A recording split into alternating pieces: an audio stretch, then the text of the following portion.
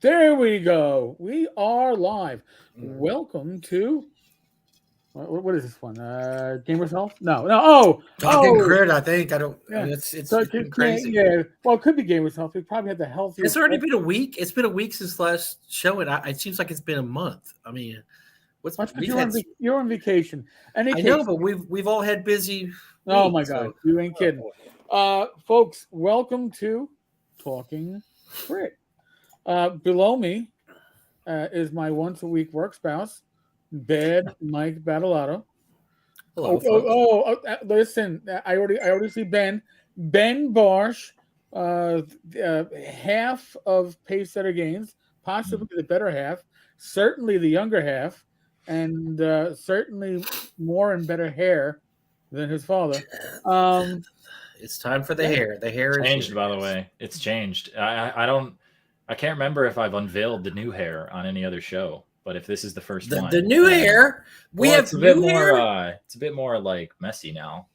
Like it's not tapered, and it's dangerous. Oh, he's dangerous now. He's not going to be safe bet anymore. I will say though, like my cousin got married the other weekend. Okay. Not this one, the last one, and I did it nice. And when I go to events, I'll make it proper again. But yeah, no, this is a few years in the game industry right here is what this is. Wow. Yeah, that's representation. You went to a wedding. Did you nail anything there? Or, I mean, was it the bar for sure. Oh, thumbs up. I'm gonna give Ben a hard time all night because I just like giving Ben a hard time. It's fun. That's just like the nice part about doing shows like this is it's not like it's just friends, so it feels more authentic and it's not just like cookie cutter answers. At least I'm trying to try not to give cookie cutter answers and stuff. So here's the deal. So we're having Ben on, not for any particular reason, but because every once in a while, Eric and I like to look at our demographic, and we realize that our demographic is the same demographic as that sits in the outfield for Yankees games. I remember when Reggie hit those 3 home runs in the playoffs. Joe DiMaggio is still the best ever. No flake. Aaron Judge is about to get a contract. Billy Martin, they never had a manager like him since. So here, we skew old guy. Ben. Yeah. So we've known you since you were, and I'm going to say, young. I can't say since you were up to like here on me because you were probably always here on me. But how old are you now? I am 24 now. Wow. I'm not considered young in the OSR anymore. I don't think. I think I've hit I'm aging out of the 18 to 24 demographic. Well, and that's good for our demographics because for our demo, this channel, you've got to bring us way down. Right? Man. 18 to 24 is a whopping 2.5% of our audience. I'm 1.25 of that. Okay, but 25 to 34 is at least 14.1. Okay. The vast majority are 45 to 54 years, where we have 55% of our. Nice. And by the way, I am not going. I don't think I need to cover our gender because I don't think we have any. Well, Jen's on tonight, so she's skewing. Yeah, she's already. The scales are tilting at the moment. She already left. Here, Asian male. By the way, Mike, we've gone down in our numbers have skewed a bit more lopsided. Oh, even more lopsided. More lopsided. 100%. 100% male is what you're saying. 100% male, which means that, and we know we actually have some women that watch, but I guess they're watching our husband's account. So, dude, I can't wait to tweet about this later. I was just on a show. There's more hot dogs in this room than there is in the outfield at Yankee Stadium. Let me tell you, this is wow. But no, but we always like to get Ben's opinion on things and what's going on lately because let's face it, Eric and I have a certain generation and a certain demographic that sometimes we don't like. We're not big 5e guys. Ben's a Ben's a 5e guy. He grew up with 5e. He likes 5e. Runs 5e. Plays it. So he's written for 5e. He's written stuff. Yes, this young lad above me has written things, and so we like to hear his opinion on things that we might just think one way, and he may just turn us around the other way because we're like, wait, we didn't figure that because we don't talk to young people. You're saying that old dogs can learn new tricks? Is what you're trying to say here, Mike? I think we're doing better than some. I mean, I see some posts that I just have to roll my eyes, but because my whole thing is I've changed in the last 20 years. I'm live and let live when it comes to gaming. I don't care if you're having a great time around the table, go for it. I don't care what edition you're playing, how you're playing that edition, why you're playing it, whatever. Just have a great time, and whatever is good for the game is good for everybody, right? I mean, I used to be one of those old grognards, like, if you're not doing it my way, you suck, but now I don't. You know what? At our con, North Texas, we probably run as much 5e as we do 1e. Or old school. So yeah, it's pretty much divided evenly. So between 5e just the and older editions, or like all of older editions, 5e and older editions. So, wow, really? Yeah, we get a lot of 5e there. So I will say I'm not running 5e at cons. I run old school games at cons. So nice. I do play 5e in my home game, but I certainly would say point in the direction of old school games for convention games. I think it's much more. It's set up better for convention games and tournament style games. Let's just start there. Good, Let's start there because we don't have any agenda really, yeah, except things we can't talk about, which we won't talk about. But there's things we can't talk about. So I'm going to ask you a few questions about that, Ben. So when you said you run 5e and I know you have a crew and you guys game and you've gamed online in person. What do your crew think about old school games? Like if you said tomorrow, hey, guess what? We're going to start a new campaign. It's going to be OSE or it's going to be old school. What would your guys say? What would people that say about that? Luckily my gaming group is the same 5 best friends, 6 including me, that I've had since kindergarten through 5th grade. 2 of them we met because they transferred in 5th grade and stuff. So I've known these guys my entire life. So we actually started playing on 1st edition. We played it for probably about 8 months. It was we started gaming senior year of high school with like a normal schedule for D&D. And we played 1E all the way through the school year and through the summer. And then when we went to college, we started playing 5E because one of my friends that I went to high school with was really big into 5E and he wanted to run a game for us.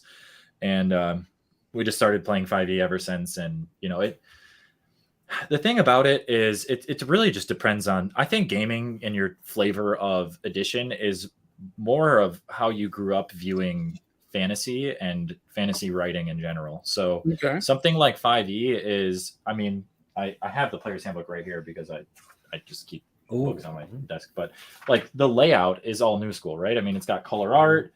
It's got scenes with a bunch of different sorts of, it's not very human centric. It's very diverse in the way that it's represented in the artwork. It's just all different than old school, right? I mean, you pull up I love the 1st edition. DMG is one of my favorite books of all time, not just gaming books of all time, but that's because I grew up on it. And I also grew up, reading Tolkien and watching the Hobbit cartoon movie and the D&D cartoon series. And, all of those sort of just fall within the same sort of like design philosophies. And then the newer school stuff like 5e is much more designed like how video games are, with popping colors and all these different extravagant adventures that you go on. Death is sort of, it doesn't happen as much, right? Like I'll be the first one to say it's harder to die in 5e. Like it certainly is. It's harder to kill players in 5e.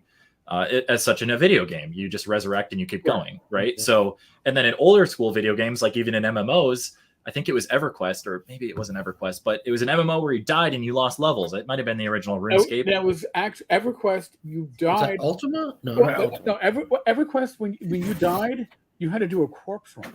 That's what it was. That's right. Yeah. And if you, God forbid, you got lost in that forest with the spiders and that.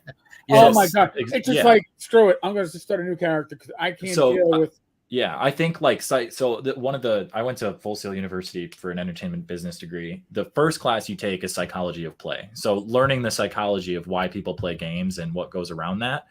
it's really just nature and nurture sort of put together, right? So I grew up on World of Warcraft and all these different games, like, the Elder Scrolls games as well, the Baldur's Gate games. And even in the Baldur's Gate games, it's pretty quick. You come back pretty quickly and you keep adventuring. Sure. So all of that just matches 5e, whereas old school media was much more closer to 1e and older editions, to where it was more punishing and you were just a part of the world instead of the hero of the world. My biggest beef with World of Warcraft nowadays is everyone is the savior of Azeroth. Everyone is the hero of Azeroth. Azeroth is, for those who don't know, the world that exists in World of Warcraft. And it's just a bummer because, like, that's just not reality. That's at least in my head. So that's why I say, when I do love 5e, I love it for many, many reasons. But I always find myself coming back to old school games because that's where my nature and nurture is growing up. So when I think of gaming, when I think of putting myself into a dungeon or a place, my brain immediately goes back to old school gaming and everything that's kind of surrounded by that. Well, you made a good point about the layout and stuff, because one of the reasons that OSC has been, Old School Essentials, been such a success is, look, we all know it. It's basically it's BX. It's BX D&D. That's exactly what it is. It's BX D&D. No differences, whatever. You could throw them at the same table. Nobody know you're playing one or the other. Right. But the layout was the key to OSC and why it's been accepted by a bunch of newer gamers and older gamers, because it has the colors, like you said, everything pops, the artwork, the layout, everything is new school. It screams new school, right? Mm-hmm. And so that's a very big, and one of the things that Frog God has done in the last few years, and this is some direct influence of Zach and a bunch of us, is we have, if you've seen the layout for our last few books, we've completely changed the layout now to where we're trying to move toward the new school. And even though we're writing for old school systems like OSC, we're trying to make it look new schooler, because the more color artwork, just the layout being cleaner. Look, I love the first edition books because they're just part of my life, but the Monster Manual cover is terrible. It's fucking awful. The Player's Handbook has no index. There's no fucking index in the Player's Handbook. Dungeon Master's Guide's a great book. You can't find anything. That's why every time you read it, you find something new, because there's no rhyme or it's just everything. Everything is a cluster. Yeah, it's a cluster. There's no other way to put it. So to answer Eric's, I think your original question was like, what do your friends think of like old school, or what would they think if I said old school? Or Mike, you might ask that. They would be totally fine with it, but like we actually returned to 1E over this last spring, summer, and we all, I have like tons of Player's Handbooks, and I gave them Player's Handbooks. I was like, okay, make characters real quick. I got to finish this thing. And they were just confused. Like they didn't even hardly remember how anything worked. And let's be honest, it's not exactly clear and concise on how to start adventuring real quick. Like it's by far easier to make a character if you know the system, but everyone always says like, oh, it's easier to roll up a character for 1E. Well, obviously not for a person who plays 1E. Like I can make a 5E character in probably 3 minutes. It would take me no time. I think 1E is very tough to roll a character, to figure out a character. OSR in general, I think. OSR. But I mean, it depends on the game. That's why when I do conventions, I run BX games, or I run BX, because BX is very easy to roll up a character too. And compared to 1E. 1E, there's a lot of decisions to be made. And 1E really slow it down. It's restricting too. You can only play. Oh my God! Now it's like, I want to use dice method number 9. Oh wait, the one where you roll 96 for charisma as a paladin, and if you still screw up, you get a 17. Yeah, that's the one I want to use. I know weapons. Some weapons in like old school edition are like, you roll 2d4s, but they would say 2-8, right? That's 2d4s. We thought growing up that it was a D8. You ignore 1. So like we just didn't understand even how to play the game growing up. But, I'm bringing the Glaive Gusami into the dungeon with me, all 15 feet of it. Here, Ben, and I've told this story before, but it's apropos because you're talking hit points. When I started out, I had the DM's Guide and the Player's Handbook. I didn't have the Monster Manual. This is what I got. I got dice. My parents gave me the gift. It was great. I was excited. Yeah. So I look at the back of the DM's Guide, and what do you have? You have those charts with all the monsters. Yeah. And it lists HD and doesn't explain what HD is. Nope. Nowhere in the DM's Guide, as far as I can tell, does it explain what HD is. Yeah. So I'd only played once before. So I assumed that HD was hit points. So why did it 4+1? I didn't know. I said maybe it's because they wanted to lower, make the combat ability a little bit less, but it's obviously 5 hit points.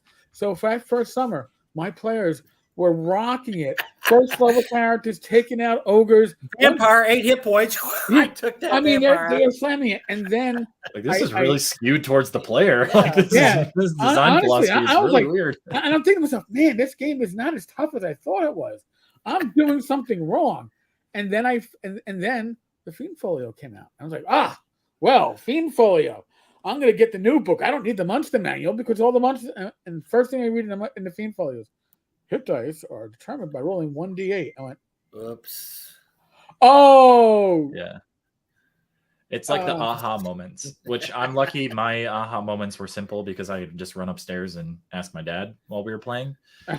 And he would just explain this is this, or he'd come downstairs and be like, "You guys are doing this." You're not that you have to do anything one certain way, but we were trying to figure out how the system worked. And he was like, "You guys are doing this wrong, or you're doing that, that right." And so I had that luck, but like, it's not a mystery why people at my age aren't seeking out like the 1E player's handbook in DMG to start running a 1E campaign. It's because 5E is just easy as hell to understand. Well, but okay, let's turn it around though. OSC is easy as hell to play too. Sure, so, for sure. But I mean, could you get your group to play OSC? Say, hey, we're going to do something a little different. It's a little more lethal than 5E. You can die a lot easier. It's going to be, but it's simpler. It's really even easier than 5E. Would you be able to? So nah, I don't think so. My friends would play whatever because we just want to play, and we're more about like the like what is actually going on in our adventures rather than like the mathematical outcome that is required to determine those outcomes. That's good. Well, which is generally how gaming should be looked at. Right. But for example, I'll give you an example. So I have a cousin who he doesn't live in Michigan, so I don't see them a lot. I just see them when they come in for weddings or big family events and stuff. So he is 12. He's 11, 12. He's turning 12. He's in a Boy Scout troop, and his dad used to play second edition. So he started, playing second edition with him, and he loved it a lot. But all of his friends at school play 5e. All of his friends in his Boy Scout troop all play 5e. So I, the next day, went to my game store and bought him everything. I bought him every 5e book you can imagine. I sent him a bunch of Pacesetter stuff. I think I even sent him a copy of Sea King's Malice because I had an extra one. So I was like, just take everything. That piece? Oh, that's right. That's a piece of work for that's sure. Written by Alex. Alex didn't know it. He was drunk when he did that. It's just that's what people at school are playing, that's right. So that's what people are playing. It's so there's no like grand mystery like why 5e is popular. It's because it's the edition that's out. It's sold at Target. It's sold at Walmart. It's okay. Well, let's push it a little farther than that. Yeah. I rate your answer as I like it, agreeable. So we you've been paying attention to what's going on, and Eric and I've been talking about D&D Next or 6th edition, as you want to call it that. What is your thoughts on that? For what you've heard about it, and what you've digested from all the media sources about the new edition coming out. So I will start this by saying I am not a panicker. I used to be a panicker. I used to anything in the world. It could be as minimal as like there's traffic on the way to school. I'm going to be late. I start spiraling and freaking out, all the way to like something like this. How did you work at Disney? How did you work at Disney with this kind of? Because I sat in the break room for 30 minutes before my shift, so I wasn't late because you get points if you're late. So I was. No, but I'm not worried. I don't get worried about anything anymore. I think companies should be overall more concerned about the health of their own community than someone else's. So every time in history when a new game has come out or a new edition has come out, the edition before has retained players, and 5e will absolutely be no different. 5e is a massive game that millions of people around the world play, that they love, that they've been collecting all of these books for the last however many years. We're on like year like 10. I don't even know how long 5e's been out for. It's been a while. So, or 2016, I can't remember. I know is it is about 10. Yeah. All I know is that 5e will retain a solid audience.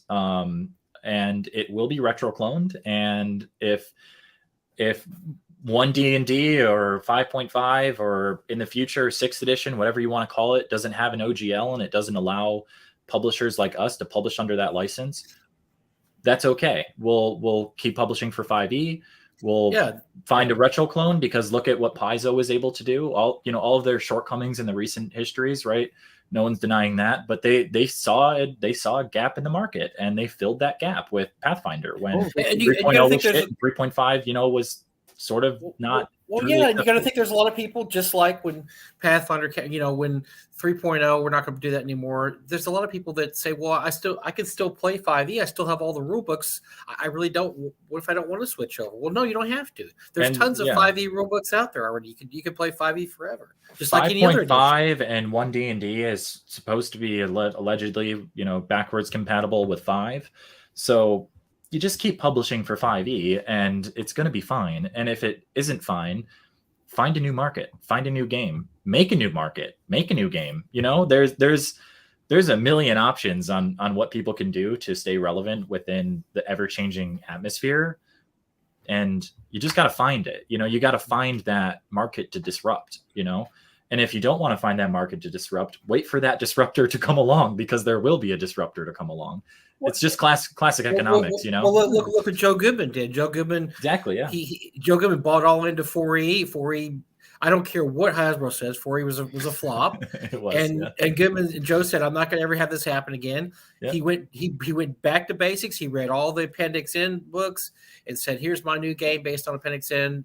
Dungeon Crawl Guys seems to be very successful. Yeah, and they are very successful, and they're wonderful people too. I love everyone over at DCC. They're absolute saints and angels, every single one of them. Yeah, that Harley Stroh guy is kind of a weirdo, but no. Yeah, that's true, actually. But you have to adapt to the market. You can't buy all in on the market and then just hope the market does this, that, or whatever. And that's kind of what happened in a lot of ways. Happened to Paizo with Pathfinder 2. Why they had to call it 2.0 is because they kind of sat on their laurels for a long time. Look, we have this one game; it's great. We're never going to change it. But the market, you have to change it. Then you can't not change stuff, over and over and over again. Even DCC, look at all the other systems; they change over time, or new things happen because they have to, because you have to have a stream of revenue. You have to have a revenue stream. It can't all be adventures. It can't just be, we're just going to keep creating adventures. After a while, people get tired of that. Yep. And then you have to do something different. But DCC doesn't really put out new editions. They just put out new covers, and they have a community over and over again. Again, listen, they'll edit like whatever. 10 years later they go, oh shit, we found 3 typos that somehow we missed. Yeah, I know. I'm about to say, speaking of different covers, here's the retro Silver Demon Head reprint cover. So they have like so many covers for their stuff. Look at now. Troll Lords is a strange example, because they don't call it new editions; they call it new printings. But in the new printings, they've added classes. So it's basically No, you have to do that. That's the whole thing. And Pathfinder saying they were never going to change their edition was foolhardy to say that. But I get there's a lot of hubris involved in gaming, and it's all ego and stubbornness. Like truly, that's what it is. And because actually, the first time people started asking me this question on a normal basis. I've got the new Shah Khan shirt on. It's nice. By the way, it's a really nice shirt. Shout out Shah Khan. Was at Gamehole this year, actually. People were asking me, people like even just community members, customers, other people just attending the show asking me, what's going to happen? What's going to happen? And I'm like, it's going to be fine. Like it's always been fine. Right. Adventure, like at the end of the day, this isn't about Pacesetter. It's not about Frog God. It's not about anyone. Dungeons and Dragons has turned into almost this like open property that is more of a mentality than it is an actual book, right? I mean, I would never even consider like policing people's fun or anything like that. So if Wizards wants to make a business decision for them, which it could be a good one, it could be a bad one, we're not going to know until it's made and over. Everyone else can do the same thing too. Everyone else can make good business decisions for themselves, and it's just obviously hard finding that correct one. But I think the answer is not the same for every company or every independent publisher or whoever it may be. That you just have to figure out how you're going to keep adapting through the changing landscape. Because like I said it, if you go based on stubbornness and ego, those people aren't really apt to change, which that is the dagger in the tombstone more than anything ever. It's not about one D&D coming out. It's about people being stubborn and not adapting to the new changes of the landscape. Well, that's a good point, man, because here's the thing about this is very unique to really just RPGs in that once you have the rules, you never need anything else. And that's every edition there is. You never need another supplement, another adventure if you just have the rules. And that's not true of most things in life or most games. And so I think a lot of times game companies lose sight of that. The fact that, these people, they don't need the new rules. No. And like if you look at what's going on with Magic lately, Magic's had a lot of issues lately. Oh, God. Because for years, and the same thing with Warhammer, for years and years and years, they've been able to control the market. Like Warhammer, you can only use these armies in battle. You can't use these anymore. You can't use this. Magic, you can only use these cards. Well, guess what? People now have a system where they have tournaments where you can use any card. There's a name for them, and I can't remember the name. It's called Standard. There's a name for it. But anyway, more and more conventions are having these tournaments, and Magic or Hasbro's pissed off. They can't stop this from happening. And they're just saying, like, look, we don't care what you say. We don't want to keep buying new editions. There's already been 20 years of editions, 30 years of editions. Just come to the convention, play whatever you want. You don't have to play the new stuff. And so there's backlash when people say you have to buy this rule set, you have to buy this, when they don't realize is that you don't need any of that. You really don't need any of that. No. That's the secret of it. You don't need that stuff. No, right. I mean, it's nice for sure. Like I'm knocking at Wizards. If you're listening, I will not say no to an OGL. I will not say no to an SRD. I will not say no to any of these things. But if they don't make it because they want to sort of corner the market in their own direction, then that's fine. That's totally fine. But they have to. They know they're probably. I'm sure they are far smarter than I am, and they could be saying, "Oh, you're missing this point or you're missing that point." I get that, but the market will adapt and change. People will move over to a new retro clone, or they'll make up their own, or they'll find a way to keep publishing within the world that they want to publish in. At the end of the day, for the most part, I'm not going to publish for 4E, but I don't care what rule system my stories are in. The characters and the adventure matters more than anything else. Right. Whether or not we're rolling a D8 to figure that out or a D6, it's all bullshit. It doesn't really matter. It's about the adventure, So as long as there is a rule system to publish for, I'm going to be writing because, if not, I'll go to chapter books or I'll do whatever. I'll just find the next horizon. I mean, coloring books. Those are always really work out well. When it comes to Wizards of the Coast, ever since they went to 4E, they've been trying to put the genie back in the bottle. 4E had the GSL, which was pay us a couple of $1,000s to have the license to publish for 4E, and everybody else go screw. 5E, there was no OGL for the first 15 months. Something like that, until and we were initially told, and folks don't get all pissy at me, but we were initially told you don't need an OGL or an SRD. We're giving you a basic set. You can download for free and you can play the core game for free. Why do you want an OGL? Come on, no OGL, guys. We're giving you free content, and that isn't what the OGL and the SRT is about. No, it's not about free content. It's about empowering the publishing community to give you as a consumer the opportunity to have a selection to choose from for your gaming needs. Not every gamer wants Tasha's toiletries. It's like, a new book from Wizards of the Coast, I gotta buy it. Not everybody wants that. Some people want that. Yeah, dude, who buys all that crap? Yeah, I mean, listen, nobody buys everything from 5E from the third publishers anyway, except for maybe Ben. Because man, I can see those. Hey, it's not all there. It's not all up here. I got stuff in my game bag. I got stuff upstairs. I got stuff on my reading pile right here. It's okay. Listen, we're not critiquing. We're just observing.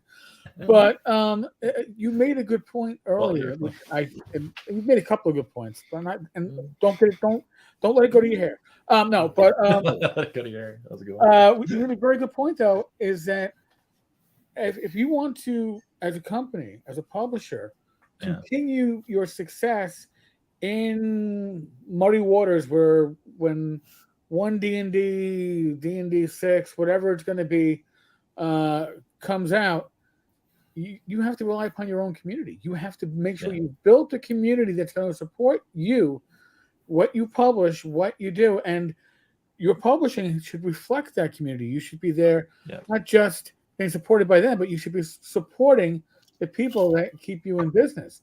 And it's going to be very interesting because, I mean, whether it's going to be an OGL out of the box, I can tell you without a doubt, we didn't get one for 5e. Yeah, we're not going to get one out of the box for the first year or two. Yeah, and that probably grudgingly, but I do suspect that out of the box, you're going to be able to publish within their DMs guild as a small third-party publisher, but not the larger one. Because, I mean, you give half their cover price out to WotC. Straight. I wouldn't publish anything on DM's Guild. I wouldn't recommend it for most people either. Exclusivity agreements are not a great thing for artists and designers, and no, I'm still surprised people sign those because that's like going back to the '60s and hey, Mac, I'm going to sign your band. Just sign on the dotted line, you'll get a new Cadillac. You know. A new Cadillac. Yeah, you are sold. That's awesome. And of course, now we own your stuff for eternity. We can play, rock around the clock forever, and you're never going to make another cent from it. But you got your Cadillac. You got your Cadillac. But you got your Cadillac. Yeah. Oh, you wanted the Cadillac. You don't get a Cadillac. You get 50%. That out. No. Yeah. But, that's a good. These are all good points, and my thing is I look at human nature though, and with success it breeds hubris, and I think this has happened really. I mean, I got through reading some really good books about the D&D in the 80s. There's been a couple of really good books about that come out lately.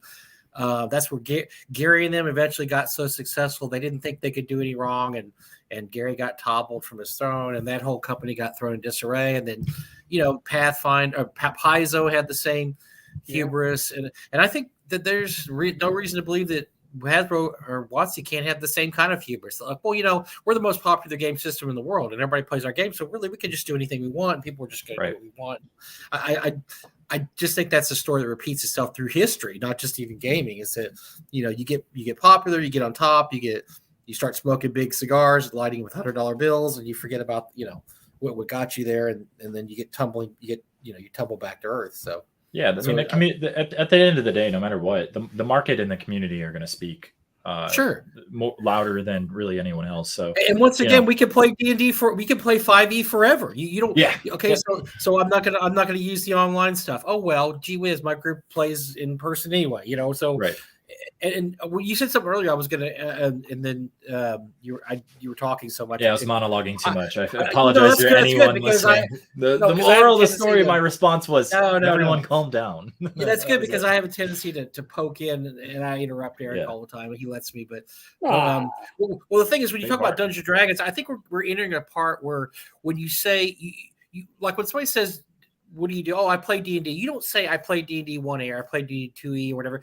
It's gotten to where now you just kind of say you play Dungeons & Dragons. Because I know with my group, when we started the campaign we're in now, we said, okay, what system do we want to use? You want to use 1E, 2E, BX? I mean, we had all these choices, and they said, well, let's just play whatever D&D we've been playing all these years. I said, well, that's been 2E. We really play 2E a lot.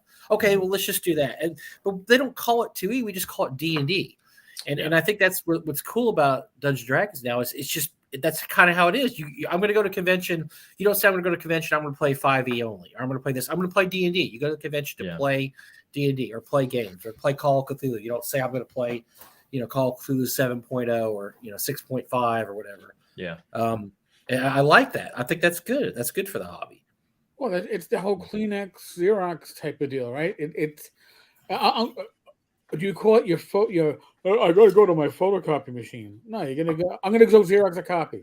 I'm not gonna can you grab me a Kleenex? It's Amazon brand that rip your nose off. Yeah. But you're calling it a Kleenex because we've all been calling Kleenex for how long? My parents didn't matter what we could have been playing Twilight 2000, RuneQuest, Paranoia. You and friends gonna be playing D&D this weekend? Yep, my exact same. We're playing D&D. Yep. Yeah, we're playing D&D. Yeah. Playing D&D. What's the best do is like we'll play D&D at different houses or whatever, What kind of D&D you playing? Superhero D&D or Call of Cthulhu D&D? Oh, I'm playing this kind of D&D. It was funny. We had our Thanksgiving hosted by one of my mom's cousins. And she was like, she knows that my cousins and I, we have so many cousins. For anybody who doesn't know, I come from a very large Italian family on my mom's side. Italians are always like, I have 53 cousins. Let me just throw that out there. Whether they're like first cousins or second cousins. Okay. We have 53 that are around our age bracket. Wow. So, okay. Like we say that it's probably like age 8 to like, I think we capped it at 30, I think we said. Okay. So jeez. 53. So we've all been trying to hang out more, and it's on us to hang out because, our parents aren't telling us like, hey, we're going to like, Nikki and Christine's house. We're just, now it's on me to text Nikki and Christine and say, hey, you want to hang out this weekend. So I started running D&D for them. And it was actually really funny. At Thanksgiving, my mom's cousin was like, oh, I've got a room for you guys in the basement all set up. There's a TV in there so you can plug everything into. I was like, it's actually a pen and paper game. Like it's like, it's more of a board game than a video game. Because everyone thinks I'm a coder. Whenever I tell them I do, because you write games, they think I'm like. Well, I do a convention, and everybody says that I talk about it's role playing games, and there's always people that go to I play World of Warcraft too. It is so cool. I need to go to your convention. Like that's not that kind of convention. Now there is some people at our convention that did design computer games, but that's not what our convention is about. And we've had hotels make the same mistake too. When Doug and I were looking for places to have the convention, they got all excited because they thought we were going to be, you're going to have like game machines there and computer setup and stuff. Like, well, no, it's not that kind of gaming. And they're like, oh, what kind of gaming is it? Yeah. Like, well, it's board games. Oh, you're going to have the board. No, it's not board games either. It's like all in your head. It's all in your head. It's make believe, but it's not. It's real for most people. Make believe with rules. Yeah. I mean, as long as it wasn't a LARP. We had one hotel that was really leery with us. And they interviewed us, and then afterwards they were very relieved, and they explained that they'd had a vampire LARP convention there the year before, and things had gone terribly wrong, terribly wrong. And so he's no, we're a bunch of 50-year-old guys at the time, and we're not going to be wearing capes and running around doing really dark monologues about whatever. No, that's we don't do that. We play it's like board games. Yeah, it's just board games, but it's pen and paper, and so that way we wouldn't get kicked out of the hotel because apparently the LARPers got kicked out of the hotel because they were accosting guests. They were accosting guests after hours in the washrooms and stuff. I think the problem with NTX is going to be lack of costuming. The wardrobe department. For some individuals with perhaps the last name Battleotto is lacking. It's seemingly that the department needs more funding. I think it's time for a new cape. I've talked to my wife about this. It's time. Satan needs a new cape. I think like that. Honey, I need a new cape. She's not listening. Yes, I need a new cape. But so speaking of the convention, by the way, I'm gonna. Gary is Gary. Are you listening? Gary, pop in if you're listening. He says he's always listening, but I don't believe him half the time. So I just to let you know, I was a way to do it. I'm just going to do it right now. Ben Barsh is a special guest at North Texas next year. He and his father. I really thought Ben deserved to be a special guest at a convention, and I can't believe he has been a special guest yet because he is a creator in the industry and he's a mover and shaker now, and he's the heir apparent to Pathfinder when his dad, or Pacesetter when his dad. His dad decides to go do something else someday. So congratulations, Ben. We're great to have you at North Texas this year as a special guest. It's awesome. Yeah. It's awesome to have you there. First off, I want to say thank you again to you, Gary, and obviously everyone else on the NTX staff. It is a weird, I haven't registered it. I honestly forgot. Not that I forgot, because I'm not. I forgot, especially whatever. It doesn't register in my head, and for me, I don't feel like a special guest. I grew up coming to conventions where, obviously, and still are, people like Steve Winter. He's a special guest, And then Ben Barsh is a special guest. So it's kind of like sometimes it's like, all right, this is a little. See, the whole thing is when you run a lopsided. No. When you run a convention, here's what you realize is that first of all special guests are not equal, right. and you have some special guests for different reasons. And so I love Alex Kamer and I love Gamehole Con, but sometimes I give him a hard time. Like, I've never heard of this person's a special guest. He's like, well, because they're not a special guest for you. Like, oh, okay. Right. Because he does. He has people there I've never heard of. And I'm like, who is this? Why do you have this person? Well, because they fill a niche. They fill a niche that this guy doesn't fill over here. Now, yes, we run an old school con, so we have a bunch of old school type guests, but every once in a while we'll throw somebody else kind of in there. And conventions have to think about that. You can't have all one type of guests because you have different people coming to your convention. I would love to have. There's some guys I'd love to have that we hadn't had yet. I'd love to have Mike Pondsmith come to the convention. I'd love to have Mark Miller. I'm trying to get a hold of Mark Miller. I'd love to have Ed Greenwood, who's never been to the convention. But I like to have these different people instead of the same people every year. And the way you do that is you have to get people. You get people like Ben that are young and just kind of starting out in the business. And you got to start young because look, the old guys, and we've talked about this many, many times. Their shelf life's coming up. I mean, come on, they know this, And I always joke to. I always joked to Alan Hammett because Alan's had health problems the last few years. I said, you can't not come to our convention. He goes, well, one of these days I won't be able to come. I'm like, no, you're going to come. I'm going to make sure Alan Hammett comes to every convention. I don't know how I'm going to get you if I have to put a brain in a jar. I said, but because we've already had people that can't come. I mean, Jim Ward cannot travel anymore. He can't come. Yeah. And if you've been at our convention, Dennis Sestair hasn't been able to make it the last 3 or 4 years, mostly because of the COVID stuff. But there's just some people that just aren't going to be able to travel anymore. And so, as much as you would love to have them as guests, and they are window into our hobby that you never want to shut, you always want to keep those people around. The reality of it is, we're going to have more Ben Barshes, more. I joke. I say Jeff Delaney. Jeff Delaney's as old as I am. It's not like he's a young spring chicken. He just looks. He looks all buff and young. But you're gonna have more of the Tom Wilsons and the Ian and Rockies and people maybe in that mid tier rather than just the founders of the hobby. Because after a while, those guys they're just not going to be around in 20 years. And if you want to have a quote unquote old school convention, you're going to have to. Have some of the newer old school guys, maybe not old school, but now, Mike, you basically put a call out. So, Steve C says he could reach Ed Greenwood if I have it. So, pull back the curtain a little bit. I know this guy named Alex Kamer who's really, really good friends with Ed. Oh, that's right. And they wrote a book together and they pal around, they hang out. But I appreciate it, Steve. But I do have a little in there, and I'm hoping to I've talked to Alex about this, and Alex is going to try to smooth the path for me in this direction. So I'm not saying we're going to have Ed next year, but I will ask. Ed will be asked the next few months when they come to North Texas. I think that'd be really cool. I think he'd have a great time there.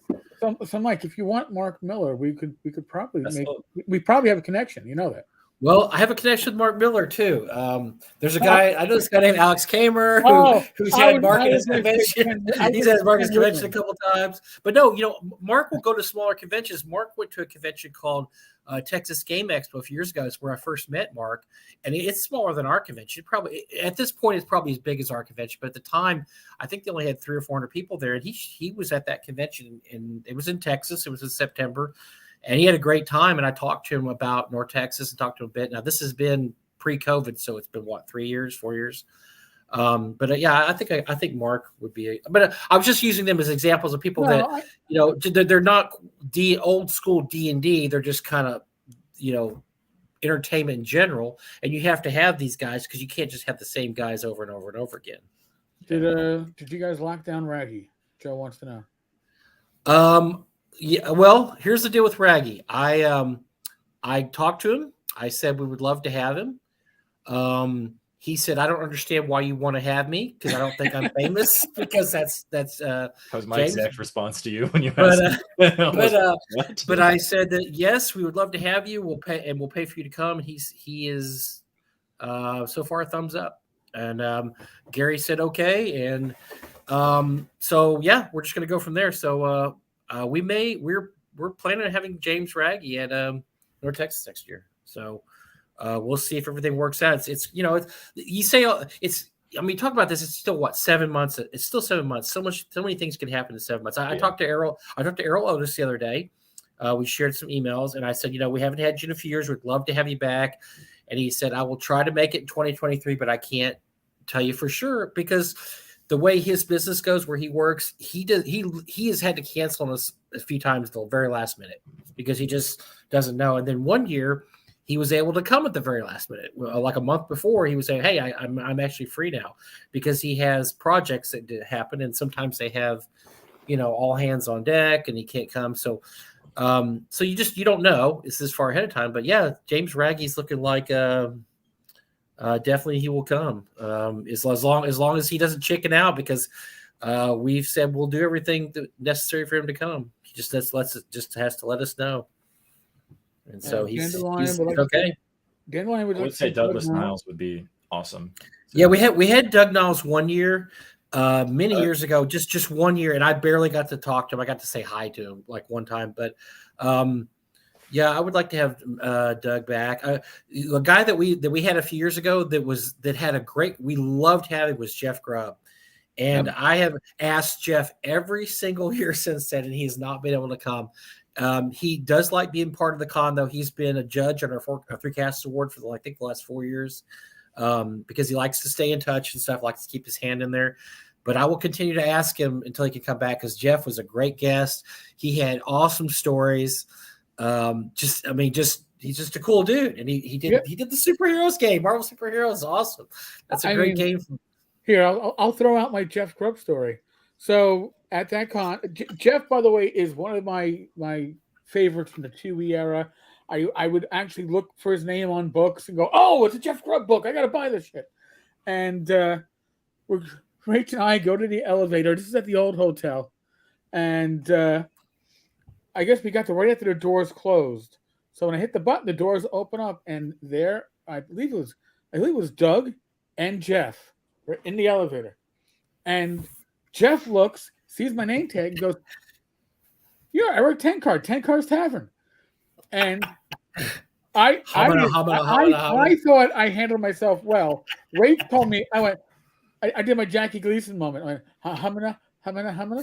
And then the doors closed and went up. And then she's like, "What just happened?"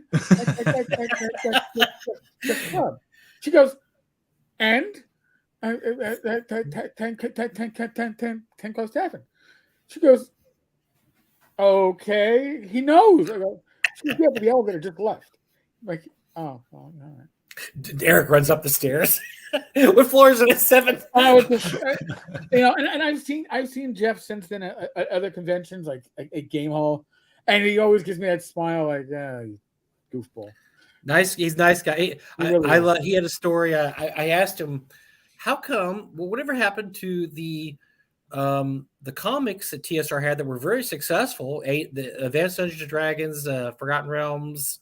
There was a couple other things, Spelljammer, Dragonlance that DC put out. He had a great story about that. It's too long to tell here, but if you ever get a chance, have him tell you that story. It's proof of what a nutcase Lorraine Williams was, because it boils down to basically she thought that the rights to those were worth $1 million, and they're like, no, we're DC Comics. We have these things called Superman and like Batman, and so we're not going to pay you. You don't have Buck Rogers. You don't have Buck Rogers, so you don't have nothing.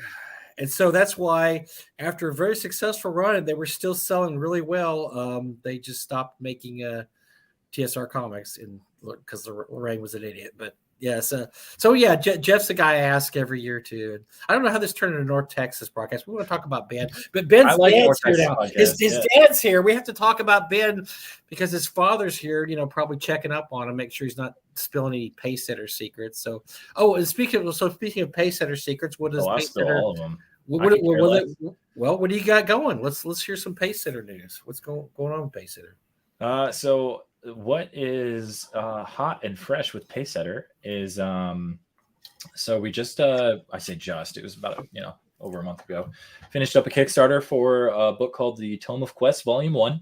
It is a adventure compendium. We have a plethora, and when I say plethora, I mean plethora of legacy titles that we published, small modules or large modules. For us, it's easier to put them in an adventure compendium and re-release them with new shiny paint, with expanded adventure, new magic items, new monsters, new spells, everything. So it's not just a rehash of the old version. For 5e and BX, we did that recently. We're going to lay out tomorrow, which feels awesome. Wow, which is nice. on schedule for our deadline, or we're ahead of. Knock on wood. I hope everyone heard that.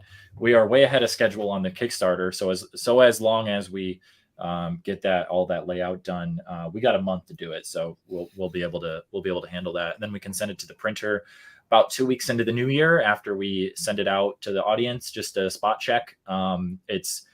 This is, again, another point that I always hammer into game companies, or when people ask me advice: drop your fucking ego at the door when you go to work. Whoa. And Whoa. I know, sorry, my bad. Oh, no. I must say, Disney wouldn't let you say that, but we will. Oh, dude, now I'm like uncaged. I feel unhinged. Yeah, come on. Let's do it's it. a cool show. Dropping the F-bombs. This is a hit show. I can drop an F-bomb, right? So there's a couple. F-bombs. Let me ask you a couple questions real quick. Didn't the comics die off because her brother would do his own line? Her brother, Flint Dilly, did do his own line, and those comics were remarkably unsuccessful. But no, they died off because they had a 3-year contract with TSR to do the comics, and after 3 years, they came back to her and they wanted to keep doing the comics, and she basically, I say $1 million, but she wanted some ridiculous licensing fee, and they said, no, we don't even pay that much for. I mean, no, we do Superman and Batman. I mean, TSR comics are nice and AD&E is nice, but they don't sell anywhere near what they would justify. She said, okay, we'll take it or leave it. And they said,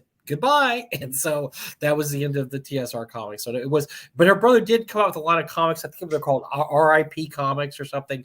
That I had a few of them. They weren't very good and they didn't sell very good. Has anyone played Star Frontiers or Gamma World? Is that at the convention? If so, yes, there's a lot of Gamma World. Star Frontiers not as much. That's a tough convention game.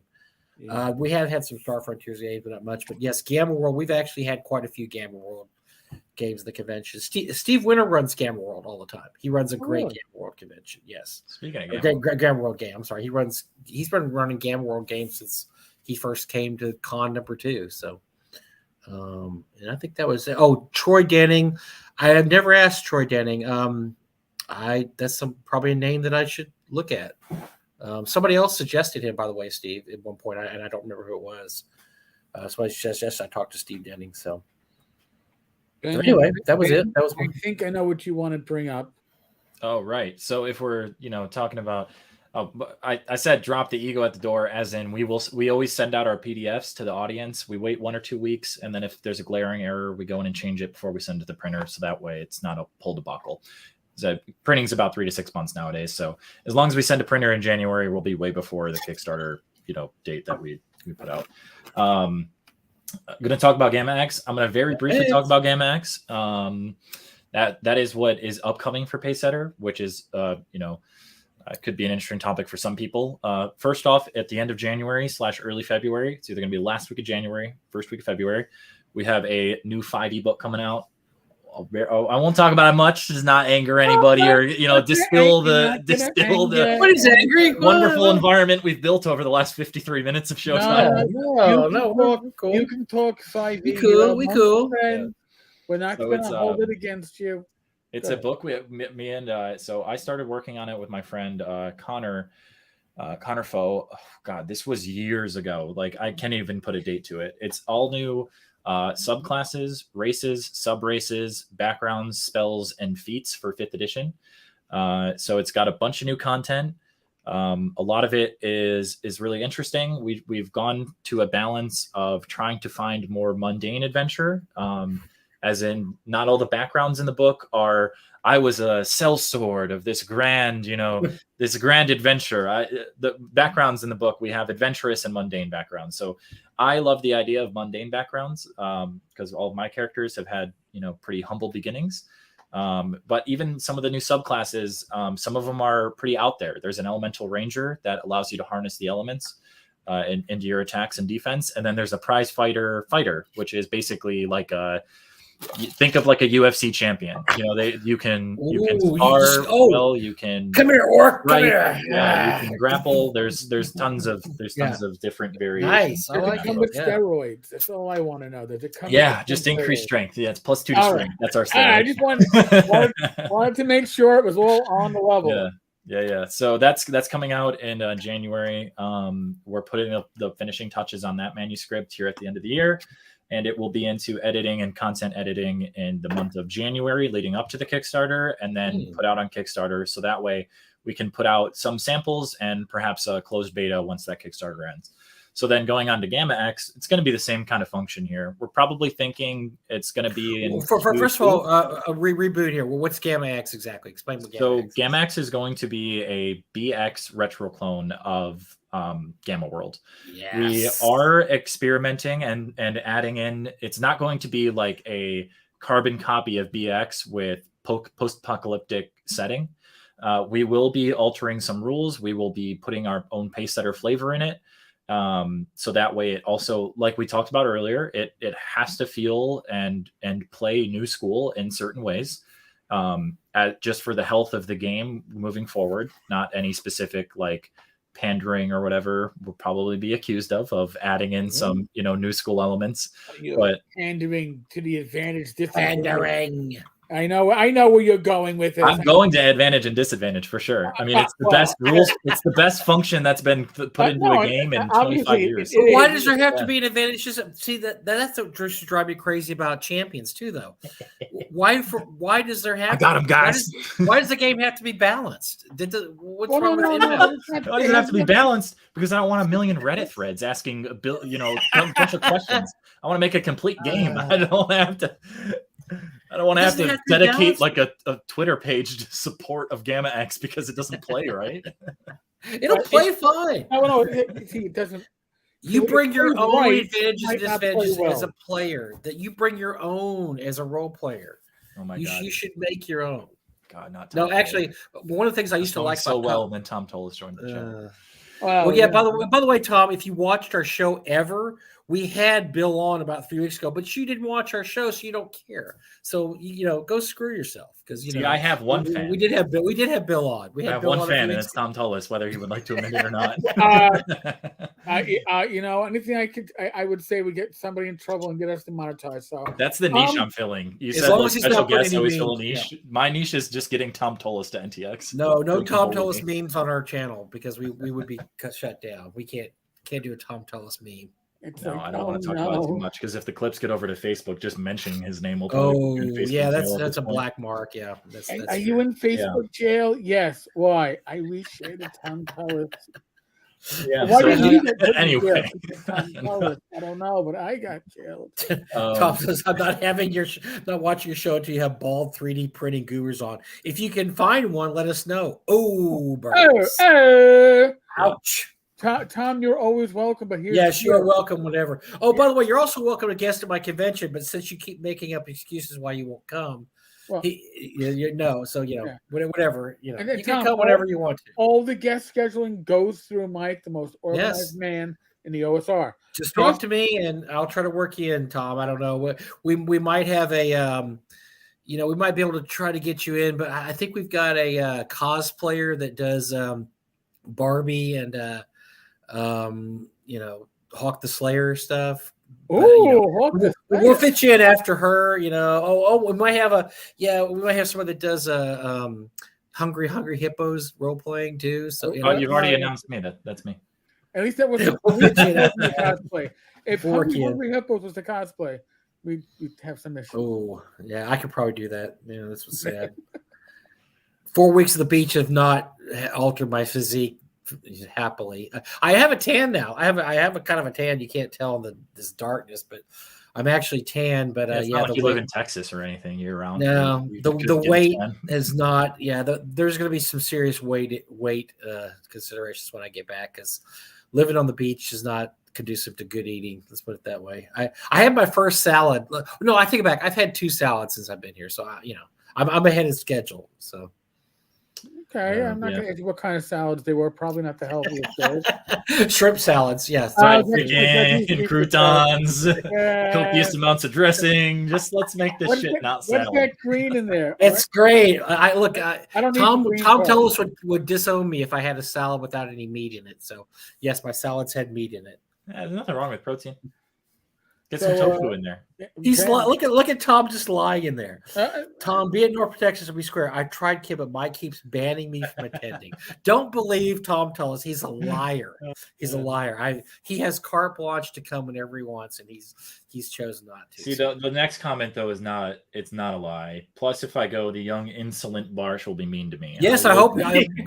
I'll pay Ben to be mean to you. I'll if you come, I will buy the highest tier of this next Kickstarter just to. Tom is pretending that he doesn't get. He's sent me personalized gifts before. This guy's acting like I'm the worst. We're not. He's a liar. He's just a liar. He just lies. He's a lying liar that lies. That's what Tom is. You liar. I have the gift on my desk, but I'm not gonna. We came to Gamehole Con. My wife came for the first time, and we had a wonderful time. And all Tom did was beg my wife to please let Mike have me as a guest at the con. So he's making me look bad in front of my wife, like, please let Mike be a guest. Mike won't let me be a guest at North Texas. Bullshit. It's just bullshit. Oh, I can show it. He's so full of bullshit. I can show the gift that he gave me. Oh, okay. Ooh. Is it prime time? It's appropriate. Okay. It's actually sitting on the top of my pile, my reading pile. Does it have batteries? If it has batteries, no. Please put it back. Oh, this is a okay. Close up here. Okay. Yeah. Am I allowed to? I don't know if I'm allowed to show this. This is why I'm kind of like. I want to get a second confirmation that I'm allowed to show. Might as well get yeah. It's certainly not like a. Yeah. It's certainly not by any means a legal gift. I don't think so. Oh, it's not. Oh no, you can show. I know what it is. Oh, you do? Okay. Yes, I do want to show it. It is a limited edition 101. Not even Bill Meinhardt has it, but it's the original known world OD&D house rules. Nice. Mulvey and Schick's house rules. The special Insolent Offspring edition. Okay, I don't have mine. Doesn't say that. That's nice. But and then obviously a lot of writers usually put their name on the bottom of the page. Brought to you by Ben's game industry idol, who's actually Alan Hammock. So it's been interesting why Tom would, I don't know if he meant himself, but yeah. Wow. I got my own copy, 101, and it's my prize. Nice. Possession. Well, I have one of those, and it doesn't look that nice. So yeah, he did it. He went to the extra mile for yours. By the way, you can show, as long as you don't sell that, you're okay. It's just you can't offer that. Oh, I'm gonna sell it to Meinhardt one day for sure. Meinhardt. I'm gonna take my wife on a nice vacation with this one day, Tom. Thanks for the donation. Meinhardt does a lot of shady deals. He doesn't let you. He looks.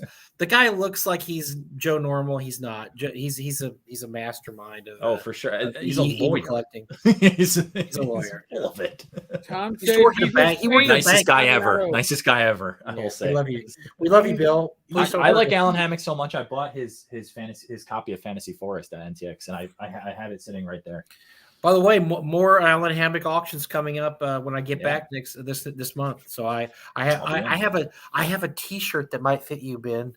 That's of it. It's an old top secret T-shirt of that's fun. of Alan Hammock's. So yeah, we'll have some more Alan Hammock. Probably it's not my size. Well, it could fit me, but I'm XXX, so I don't know. It's Alan's size, whatever. Yeah, sizing is weird for me though, because I make no. So like this is what I was talking to slight relation to what I'm about to say on Ryan Howard's podcast. Is people don't know what to do with me because I'm only 24, but I'm pretty well versed in OSR, but I also play 5e. Like people don't know what to do. So that's like me with I'm this is just ball of eccentricity, eccentric ball basically.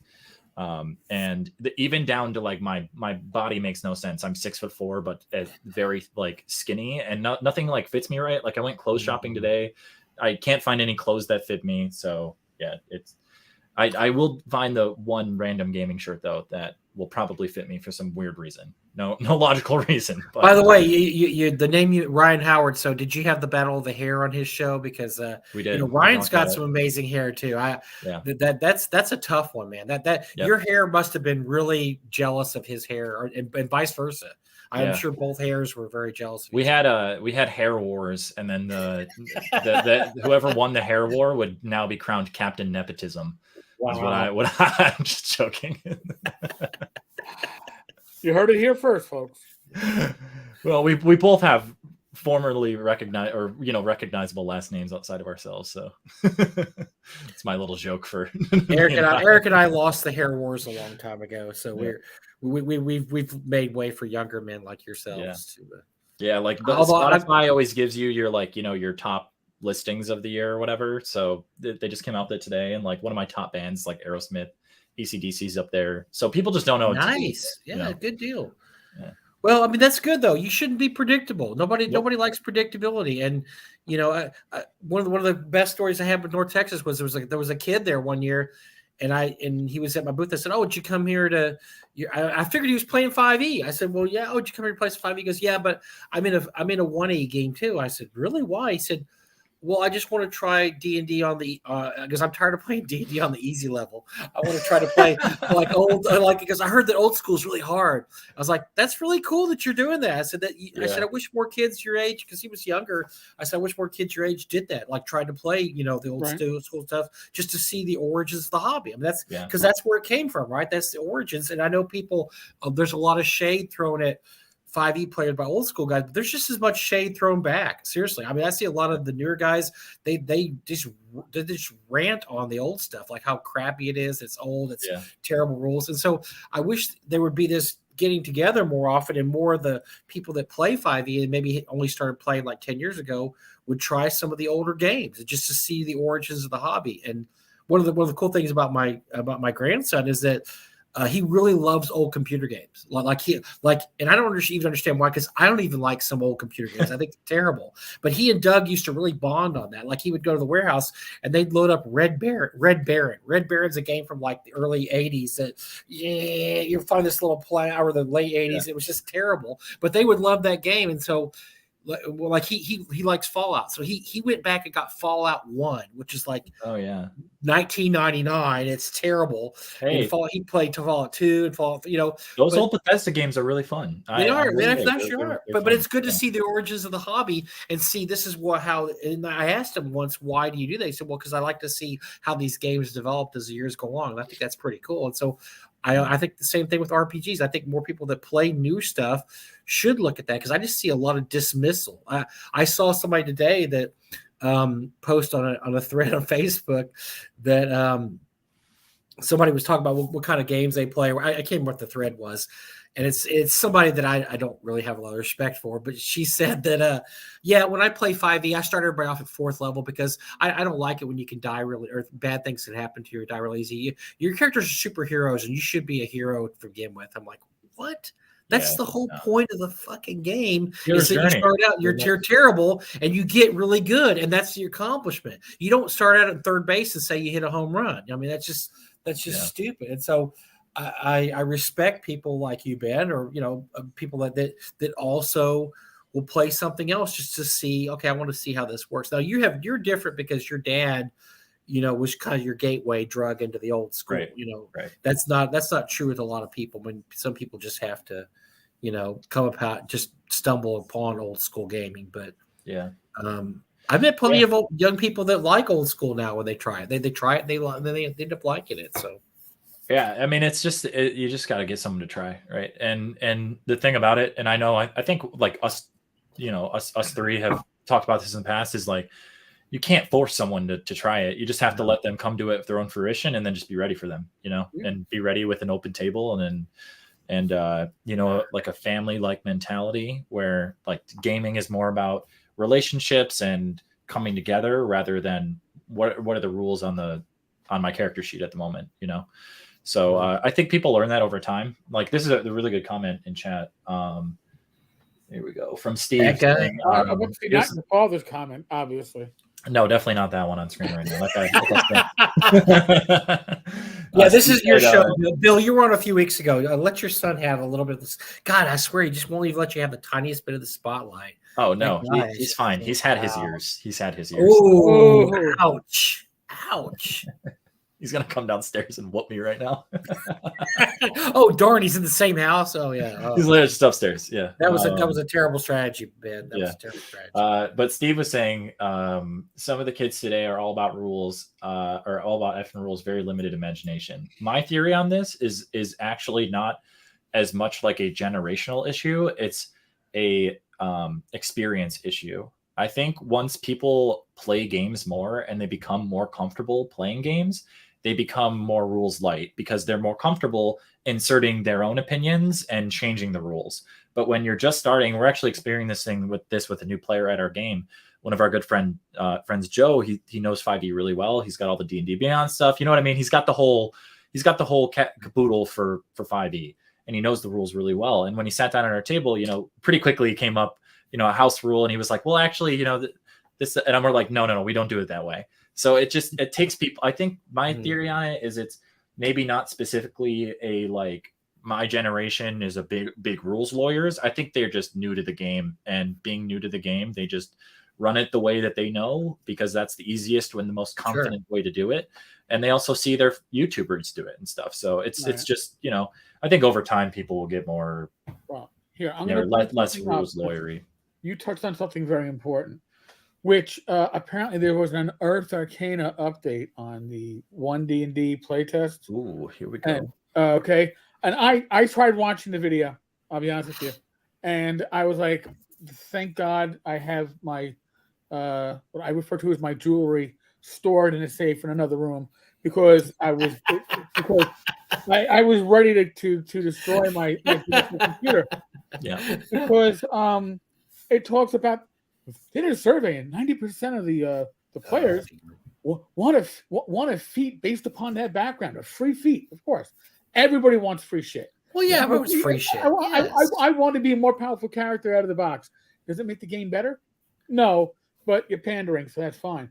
But Rob Conley, God bless him, actually got, I guess, for those who don't know, Rob has a hearing loss. So Rob actually used a program to get a transcript of the episode because God knows I wouldn't want to watch it. And what they actually feel, this is coming from Wizards of the Coast on their video. You can watch it. I'm not saying you should. Is that there aren't enough rules in 5e to tell you what you can do with an object. Like there's too much put on the DM to decide. Oh, you want to use your flaming oil? What are you going to do with it? Well, I want to throw it. Oh, well, let me look up the. All right. Well, no, I want to spill on the ground. Well, we don't have rules for spilling on the ground. You can only throw it. No. So they're going to make sure there's a rule for everything. So do you need a DM if you're going to be playing a VTT? Now I'm going to make the assumption that the VTT is going to have an automatic DM feature put into it. And you're not going to need, because there's no discretion for a DM in that case, right? You don't need somebody to advocate when you have 17 different uses for your iron spike. Well, you can use it as a weapon at a D3 -2. You can use it to stab your food. You can use it as an improvised cutting object. I mean, this is what the DM is supposed to do. You're not supposed. I can only imagine how long the rules are going to be if they have to make sure that every object has every possible use spelled out. And I guess if it isn't there, then you can't use it. Yeah, we've seen this before, though. We've seen editions go, hyper fixating on rule and sub-rule and sub-sub-rule and sub-article of this sub-rule. And eventually it's always going to come back to basics, right? I mean, as much as 5e is not specifically a basic system, it is now compared to the new releases of 5e. I would dare anyone to take a subclass that's in Tasha's Cauldron and compare it to a player's handbook class. They're not even, the design philosophies, they're nowhere near the same. So I think it's always better, as you mentioned, to start really basic and then from your releases over time, get more and more powerful and then reset it with the next edition. but you have to reset it back to point A, not to point B, and then go to, point F, and then next time reset to C and go, you know what I mean? You have to do a full reset, but I think that's kind of where the design philosophies clash a lot of the times with these big companies. Well, and I suspect too at this time, and it's no secret that the people at the head of Woods of the Coast are from Microsoft, right? So they're from a company that does programming and it's supposed to cover every potential. Because if you don't, I tried doing this in my my PowerPoint presentation, and the program crashed. So they want to make sure they're covering all. Make sure you have a rule that covers everything, everything. Yeah. So I it's going to be interesting to see. Now, somebody's going to go, you read that wrong. Go fuck yourself. I think no matter what, getting upset by the way other people play on the internet is not a great, healthy way to live one's own life. No. But I agree with you that discourse needs to happen though, because then no change will ever be made. So it's sort of that weird in between of personally, I don't really use social media a lot anymore, but I kind of wish I did, because voices do matter. And vocalizing your own opinion creates, community for other people who have the same opinion as you. And then you can, try to get some change made. But a lot of the times that's not no one's going into it with a positive mentality. Mm-hmm. People aren't let's make a community for us, so that way we have a place to be heard. It's, how can we bitch and complain and try to, make other things happen. But rules bloat. That's a good way to put it. Rules bloat always needs to be reset. But everything, that's in even a great game like Call of Cthulhu had to reset with 7th edition, because after a while, you do have any game has rules bloat, because you get caught in this tragic cycle of, okay, we need something new. What should we do? Okay, well, what does everybody like? They like rule supplements, they like monster books, and they like new classes. And so, okay, let's put out those. Well, you do that for 13 years, and you have rules bloat. You have books like 2nd edition D&D, when you had splat books for every class, including halfling burglars or something. I mean, they had their own splat book. I mean, it gets ridiculous after a while, and that's maybe WotC's trying to head that off a little bit. I mean, they did a fantastic job with 5e. I will totally back them on their release schedule with 5e, because they really did an amazing job with not creating a lot of bloat. I mean, this game's been out for years, and we really only have 2 books for players that they've put. Xanathar's and Tasha's are really the only. You can count the Sword Coast Adventurer's Guide, and every book has got new player options in it, just fitted for the campaign. But as far as specific releases designed for players to have more options, they really only did 2 major titles. Mm-hmm. So I think they did a really great job, and they should get the credit that they are deserved on that. But I don't know if 5.5 was the follow-up, right? I don't know if 1D&D is the answer to, it's sort of like running a race, and you run the race really well, and then you get to the finish line, and then you trip, and it's oh shit. Well, 1D&D happened. But 1D&D, if you look at the reason it's coming about, and I think this is one of the issues, the problems that's going to be with it. It's not coming about as a way to make the rules better. We want to make this easier to play. We'll make the rules better. This is to make more money for the company. I mean, let's face it. That's what it is. It's to consolidate and basically put it under a banner that they totally control, so they can make all the money from it. They didn't do this to make it better, to make a better game. Right. And yes, if you are cynical, you can say, well, every edition of D&D is like that. None of the editions of D&D were to make it a better game. They're all there to make more money. In a fashion, that's true. But this one is just this one's coming about as the game is more successful than it's ever been ever. So you don't really need it. There's nothing's needed with 5e. 5e is doing just as good now as it was doing years ago. Matter of fact, better. A lot of those other editions, you could say that, well, they were coming to the end of their life cycle. People were like, okay, this is great, especially 2e, stuff like that. Okay, we're tired of this now. We want to do something different. But no, 5e is not that. 5e is just as popular. This is purely I don't say money grab, because money grab puts in your mind that, we're just going to do something real quick to make some bucks. That's not why they're doing this, but it's a money grab in the sense that yes, this is a way for us to consolidate the entire D&D line under our roof. where we don't have to worry about those pesky people doing an OGL and writing their own stuff. We want to be able to control everything that comes out of D&D from this point on. Damn those pesky kids always interfering with our opportunity to get money. It should all be ours, all mine. Yeah.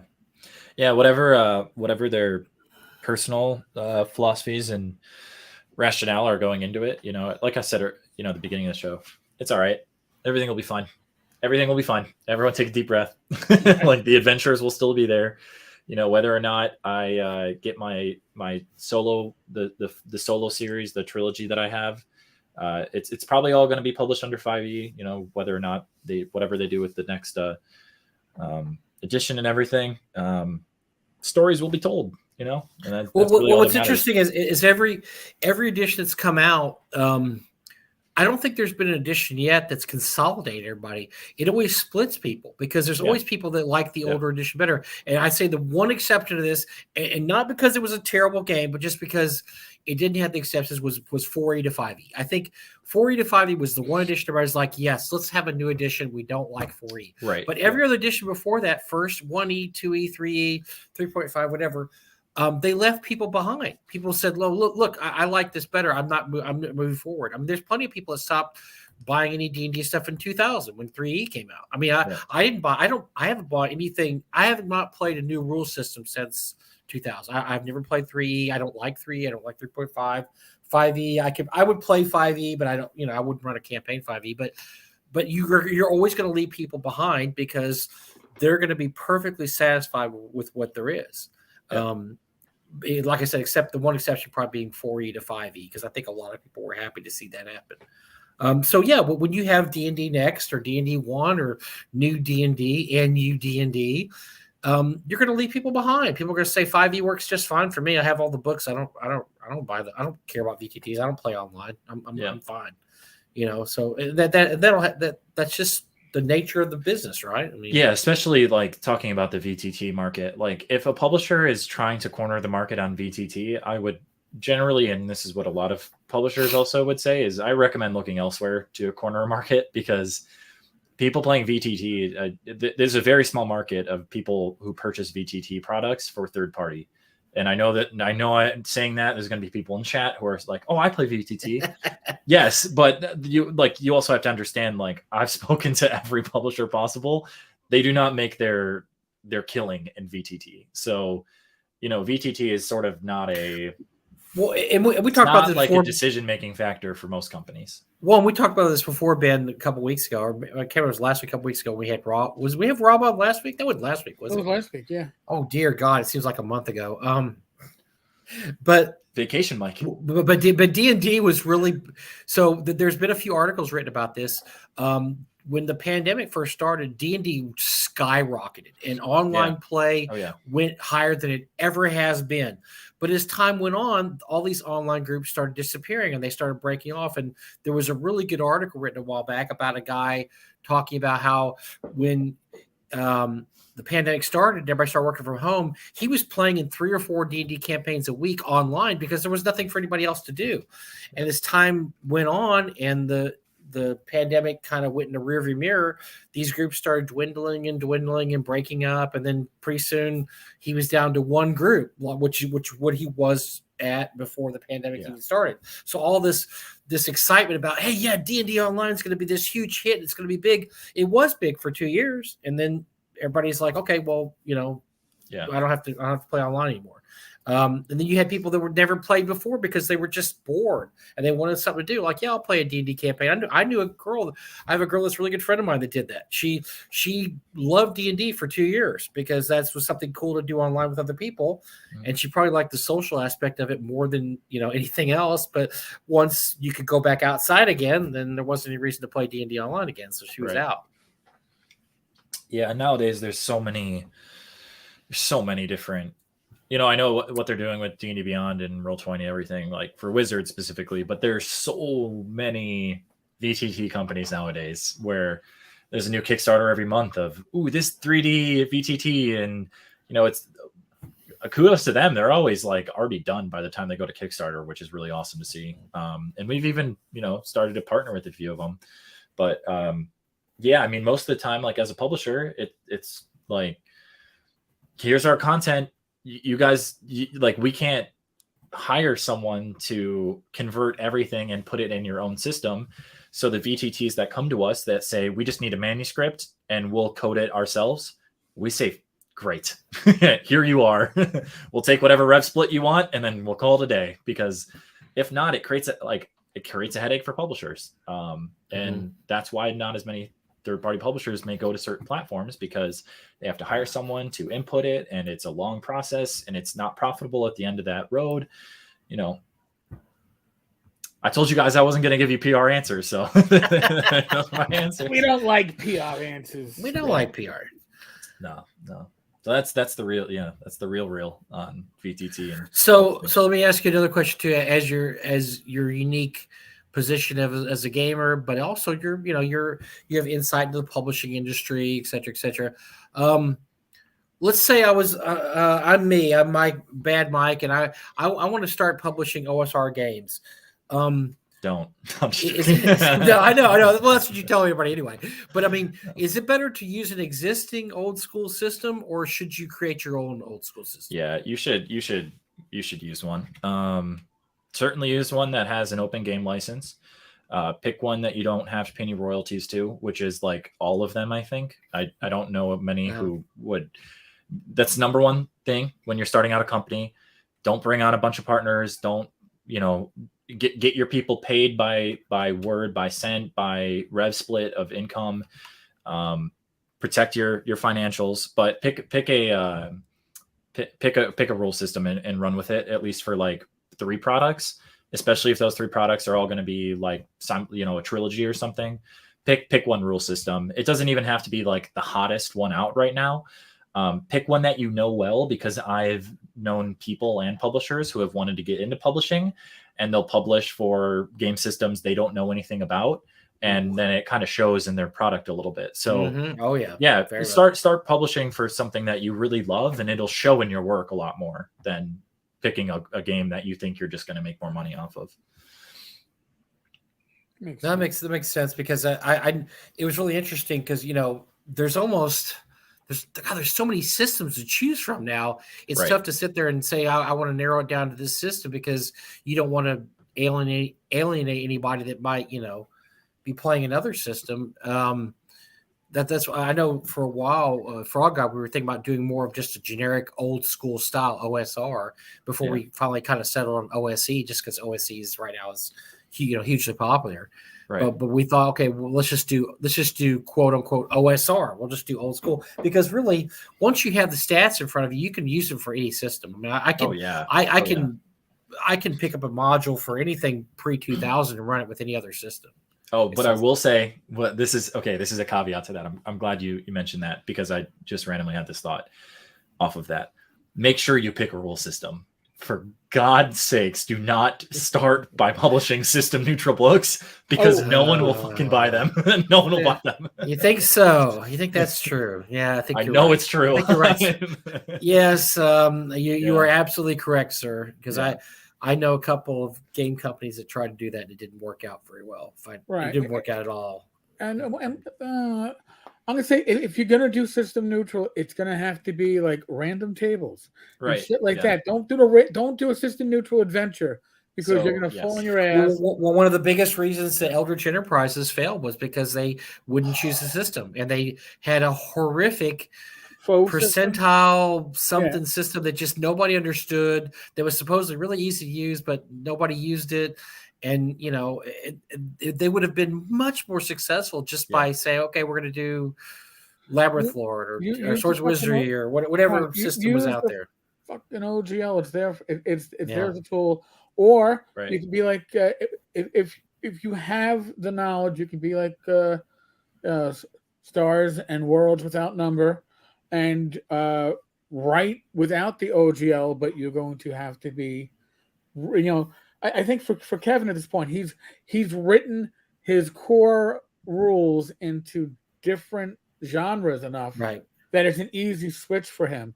But I'm sure the initial Stars Without Number was a lot of work to be able to basically rewrite to avoid falling under copyright. He did a great job doing it. It's a great system. Now, Dandelion Games has a question. I found my Kickstarters are almost 50-50 PDF versus print, and many of the PDF supporters want the maps to be VTT ready. Thoughts? As somebody who, yes, I live in the 5 boroughs of New York. No, I don't have a local group. And if you're an old school gamer, that often happens that you can't find a local group. My gaming's on a VTT, usually Roll20. So I do appreciate VTT ready maps. Years ago, when I was running Castle of the Mad Archmage from Joe Block, the Greyhawk Grognard, my players, I've gotten fairly skilled at like scrubbing out secret doors, or at least not revealing them when I do my Fog of War. But when the floors have a 5% slope and it's laid out on the floor, it became an in-game graffiti joke. Oh, look, we might have been here before, but we've already seen this graffiti on the floor. It's like, oh, fuck you. So I mean, just a thought. So I appreciate it. Certainly, I mean, maps are one of the easier things to get VTT ready. Like I know, for example, we always do, like you buy the book or you buy the PDF, no matter what you have to buy the content, so it has to be a PDF or a hardcover. But then you get a map pack for free because the map's already in the book. It's just they're condensed and consolidated already for VTT for those people who want to use it. And then we charge, like, we've been at pretty much the $10 point for like a physical map book just to cover the cost of printing. We're not making a killing off those. So I definitely think there's nothing wrong with doing something like that. Then you should do that because that exposes you to more markets, and exposing to new markets is not a bad thing. But yeah, that is an exclusion to my point earlier when I was saying, when you have to get your book converted to a VTT and pay someone to convert that, and it takes time, and there's always problems that I've heard that come up with it. It's generally not worth it. And then by the time that product is even ready for that VTT, you already have your next product going out. So then you're crossing marketing streams, and it just gets really out of whack at the higher end. But yeah, I think having that PAPS for VTT is a really, really good idea. Virtual tabletop for those. Thank you. So it's like Roll20, Fantasy Grounds, whatever Unreal Engine thing that Unreal Engine. I know that Frog God, that's one of our big things now is not only putting out VTT of our new stuff, but making sure all our old products also have and for some of that stuff, I mean, it's crazy. I mean, like Rappanathic. I mean, how many maps you're going to need, but yeah, it's very important because there's some people that won't play your game unless there's VTT maps. I mean, they just won't. They don't tell you, unless I can use it for my gaming group online, I'm just not going to purchase your product. So. And here's the thing about that, especially for like, this is going sort of along the question of the last question that you asked of like new creators. Be humble, leave your ego at the door. If a customer is asking for something about a VTT, and they're saying, hey, can I get this for the, my group plays this way. If you don't know what they're talking about, shoot them a message on Kickstarter or whatever platform they're asking and just say, hey, I'm not sure exactly what you mean because that's not how I game, but I'd be more than happy to try to figure it out to get that for you. That's how you have to run your customer service. Don't act like you know everything, and fill the needs for your audience because then they may come back for the next Kickstarter. So, and if their wish is, something that you can't do, they understand. Most I've never had someone come back to me and like cuss me out because I can't convert this book to whatever VTT that they're using. Once I explain to them, why we don't do that or whatever it may be. Now, do you do your own VTTs conversions, Ben, or do you hire someone to do that? We only partner with VTT companies and the actual platforms that will upload our products for us.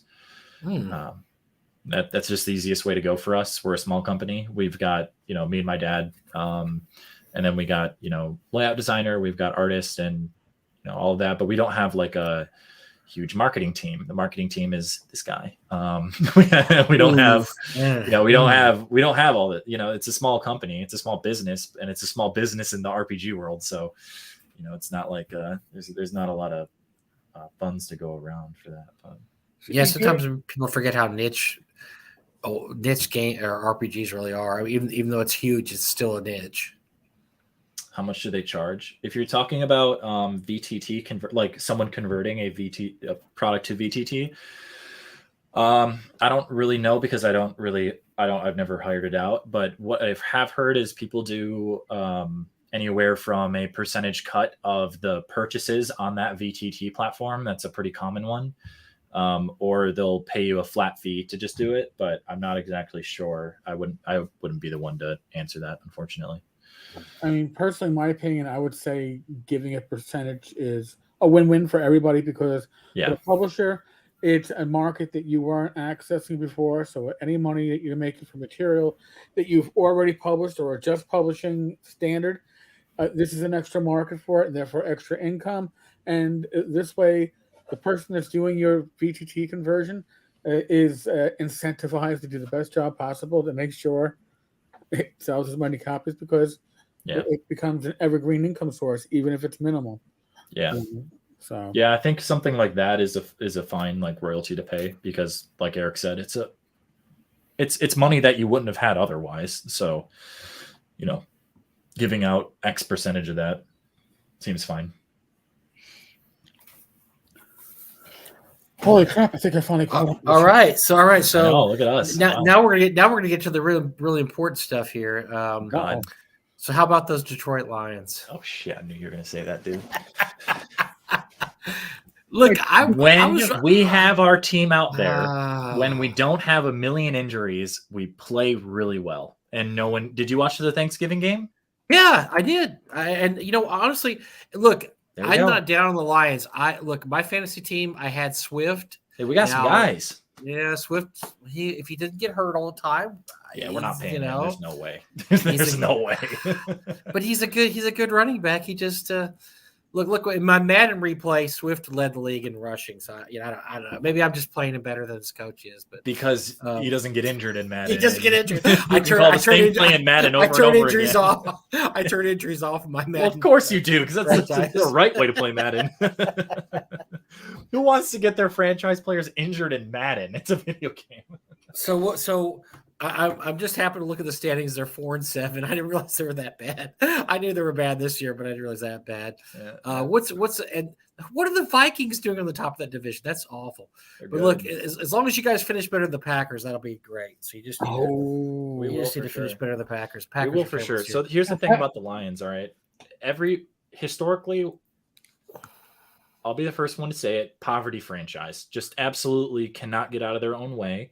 We went through a lot of different head coaches that didn't work out. The most recent one being the Matt Patricia debacle. Which I will say from the NFL is a business, right? You have to look at every team like a business. You have to look at player contracts. You have to look about their cap space. There's now cash over cap, so you can pay someone later in their contract outside money that isn't part of the salary cap. That's what the Rams are doing to figure out, how they put together the last year's roster. It was all cash over cap deals. So those players are going to take care of later. We had bozos doing our contracts for years. So we were still hurting with that up until last year. And then this year is our last year when those contracts are kind of all be gone.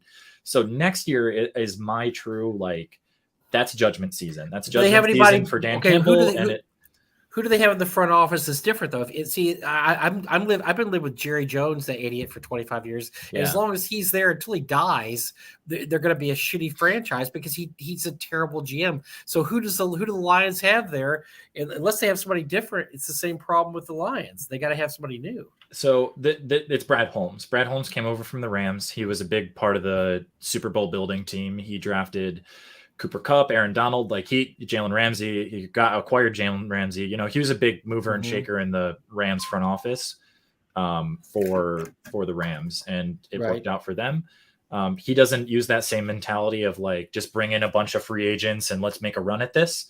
He's been building through the draft and draft capital. We have 6 picks in this top 60 next year, which is just unbelievable. That's never really been heard of. Thank God, we have a bunch of the Rams picks from the Matthew Stafford trade, and thank God the Rams are bad this year, so we'll get better draft They're picks. terrible. Yeah. There's a franchise that went for it all. They won. So I guess you could say, hey, thumbs up. But yeah, they're absolutely freaking awful. So, looking at like the draft picks that have been made in this new iteration of the Lions front office, they've rarely missed. They haven't really missed on a lot of players. Amon-Ra St. Brown is a really, really good example. Penei Sewell, Aiden Hutchinson, Jeff Okudah wasn't drafted in that. He was drafted by Matt Patricia and Brady Quinn, the GM before Brad Holmes. And now Okudah's finally playing well, that he's got, some good structure around him. Overall, the way that the NFL, I don't really care about what people say in Facebook comments. That's what I will say. I care about what NFL players are saying. And what NFL players say is they hate playing Detroit, because Detroit is going to play you from kickoff until the final whistle in the fourth quarter. And they are going to play hard as hell. And obviously that only matters when you have, good players, because, you need good pieces to play. But, this is a different Lions. This is a different Lions team. People pay a lot of respect to the Lions. Like even Aaron Rodgers has admitted over the last 2 years or however many years, we have to prepare differently for the Lions. It's not a free W anymore, so I don't know. I would like to see the Lions finally get good again, because I always like hard as hell to lose, but I always like teams that fine. It's a rebuild. It's okay. I don't want to see the Patriots win every year, the Packers or whatever. I like to see new teams pop up. I'd like to see the Cowboys win again someday, because they've been terrible for 25 years now. But I'd like to see the Lions get. I just like giving you a hard time about the Lions, because they're one of the sad sack franchises in the NFL, because they've never won a Super Bowl, and they've just been historically bad they had a good time in the 90s. They had a pretty good little run in the 90s for a while, when Barry Sanders were there, and they had some good running back or wide receivers. They had Herman Moore and some stuff.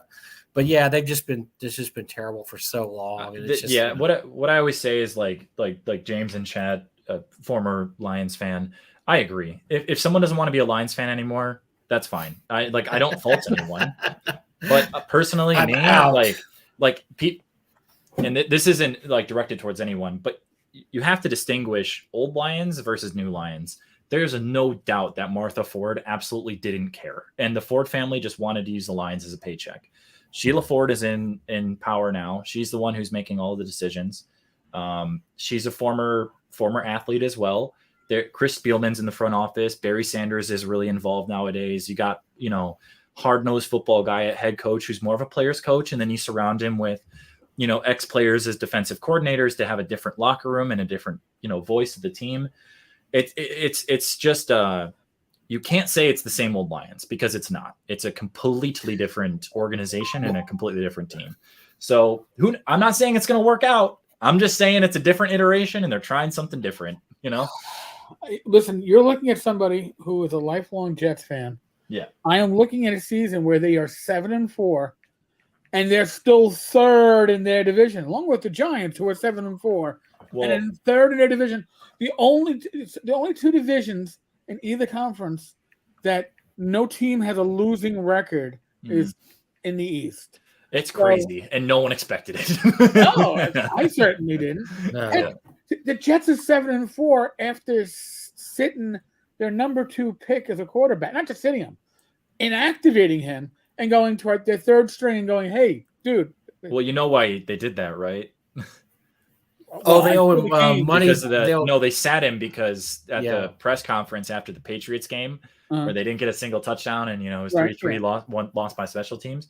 At the press conference after, someone a reporter asked him, like, what could you or the offense do better? And he goes, nothing. I did it.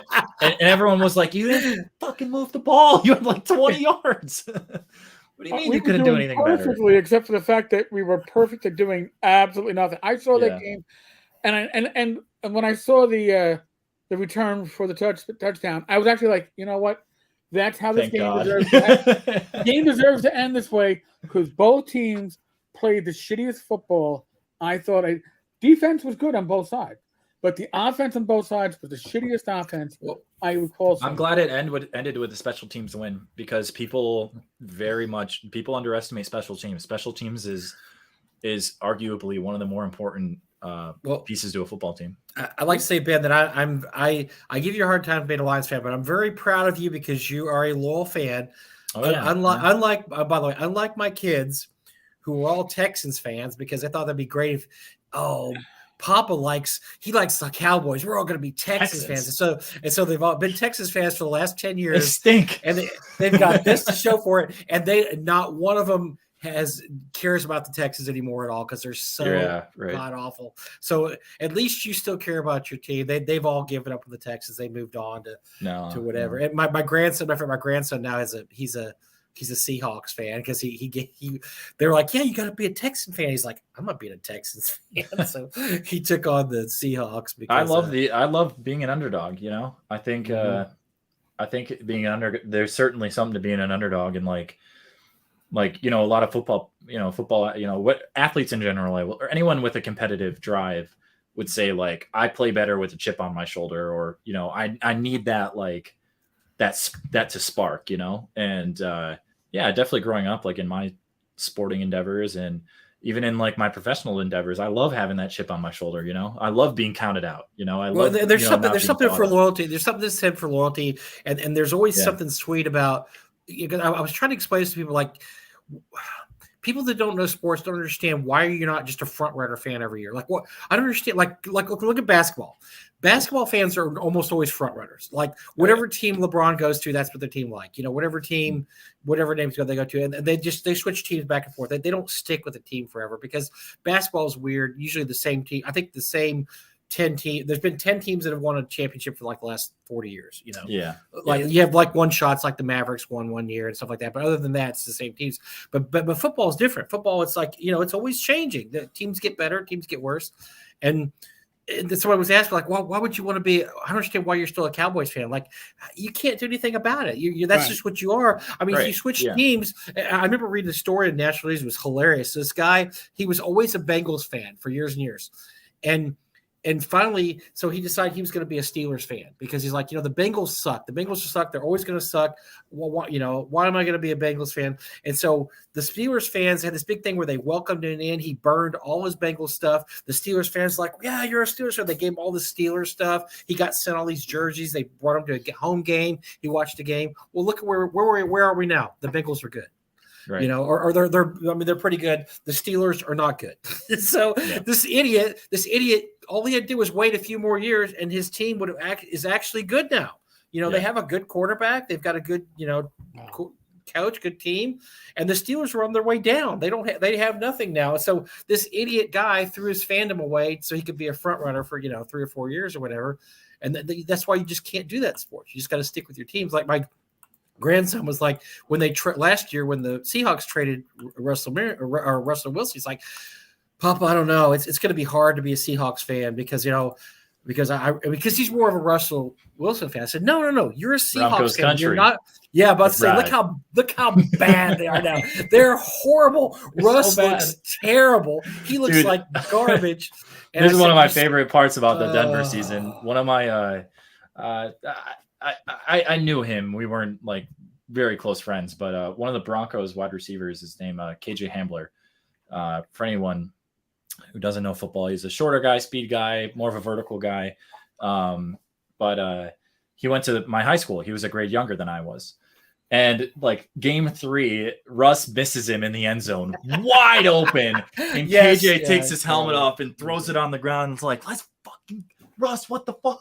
And I'm just watching that, like, I remember passing you in the hallway. Like, you were the nicest kid ever. And even Russell Wilson has gotten the monster out of KJ. But that's why you stick with your team, right? That's why nicest kid ever. And Russ being so bad is what put him over the the Seahawks are not bad this year. So I mean, you stick with your team because you just never know.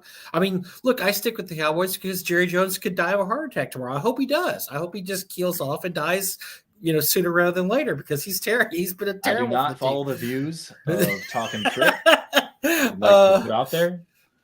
But you got to stick with your team, and you have to, no matter how bad they are. Listen, look at the Jets over the last this century. I mean, how many times have the Jets made the playoffs? Maybe. Oh my gosh, twice. They just perennial sad sacks too. Yes, and that's even worse for the NFL because New York has not really been a relevant market, since Eli Manning. So it's tough for New York. Yeah.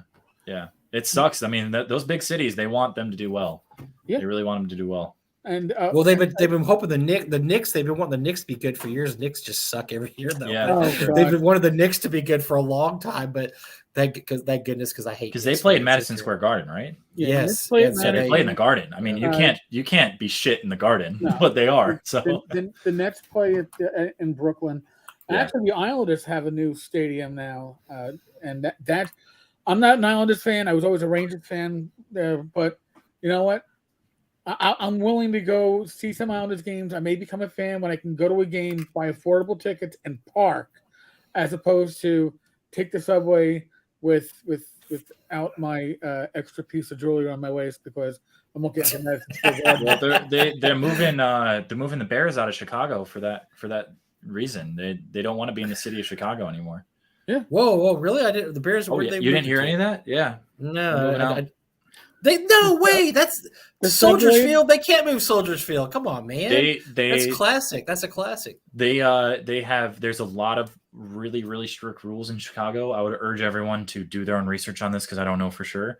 But I'm pretty sure. I would be placed pretty good bet. I'm pretty sure they cannot do anything with Soldier Field. They cannot make any changes without the approval from the city. And Chicago's had a little bit of mayor issues over the last good bit. So they basically just said, if you guys aren't going to allow us to do what we need to do for our fans, then we're going to move somewhere else. So Steve says, if Jerry dies, Steven takes over. I want that. What you mean? I may not want 25 years of not going to an NFC playoff game. I mean, no, it can't be. The only way it could be worse if they finish 0-17 every year, and that's probably not going to happen. So. Well, the Houston has at least one win, right? So at least Houston has one win. Yeah, they're 1-10-1. Didn't they tied? Yeah, they tied. Yeah, they're 1-10-1. Colts maybe. Can't remember. I saw them at Giant Stadium 2.5 weeks ago. It was a good game.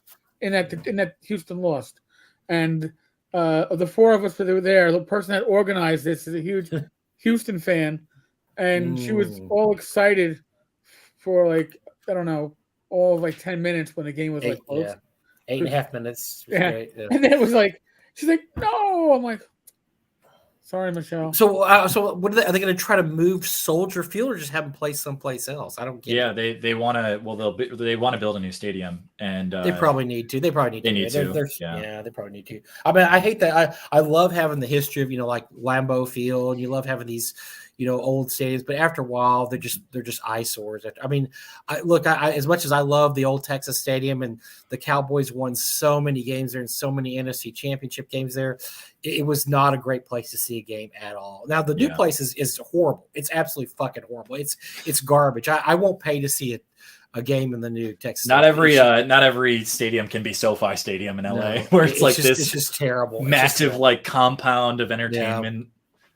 I want to go to I have some friends in LA and I want to go see them and I want to visit Disneyland and do a couple things. I want to go during football season though, so I can go see a Rams or Chargers game in SoFi. No, Steven, the story was that Jerry wanted to take Johnny Manziel at quarterback bad, and so Steven said no, you're not. And so for the draft that year, Jerry wrote out Steven Manziel's name on the draft card.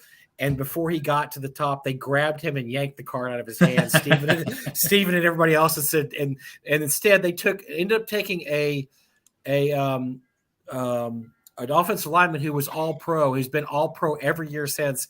And to this day, Jerry says they still wish they'd taken Johnny Manziel, even though Johnny Manziel was a flop and was terrible, but he can't ever admit he was wrong about Johnny Manziel. But yes, he had the card filled out and his son yanked the card out of his hands to the ground. Even Johnny Manziel has gone on podcast and apologized to his teammates. And he was I wasn't focused. I just wanted to party. It's actually really cool. He's done a lot of interviews and he's But no, really, Steven in that case, Steven won me over because Steven said, no, we're taking the less sexy pick, the offensive lineman. Yeah. And like I said, he's been all pro every year since then. And that's the way to do it, though. Like we went with Penei Sewell, not Penei last Sewell, year, he's but the year good. before, He's really good.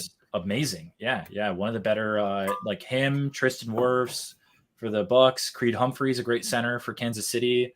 There's a lot of really good new. See, I know a lot about the Lions now since I played them in Madden for about 10 seasons. So I'm a big, I'm a big believer in the Lions now. Yeah, they can win a Super Bowl because they did in my league. So wait, so in your league, did you have Jameson Williams playing or no?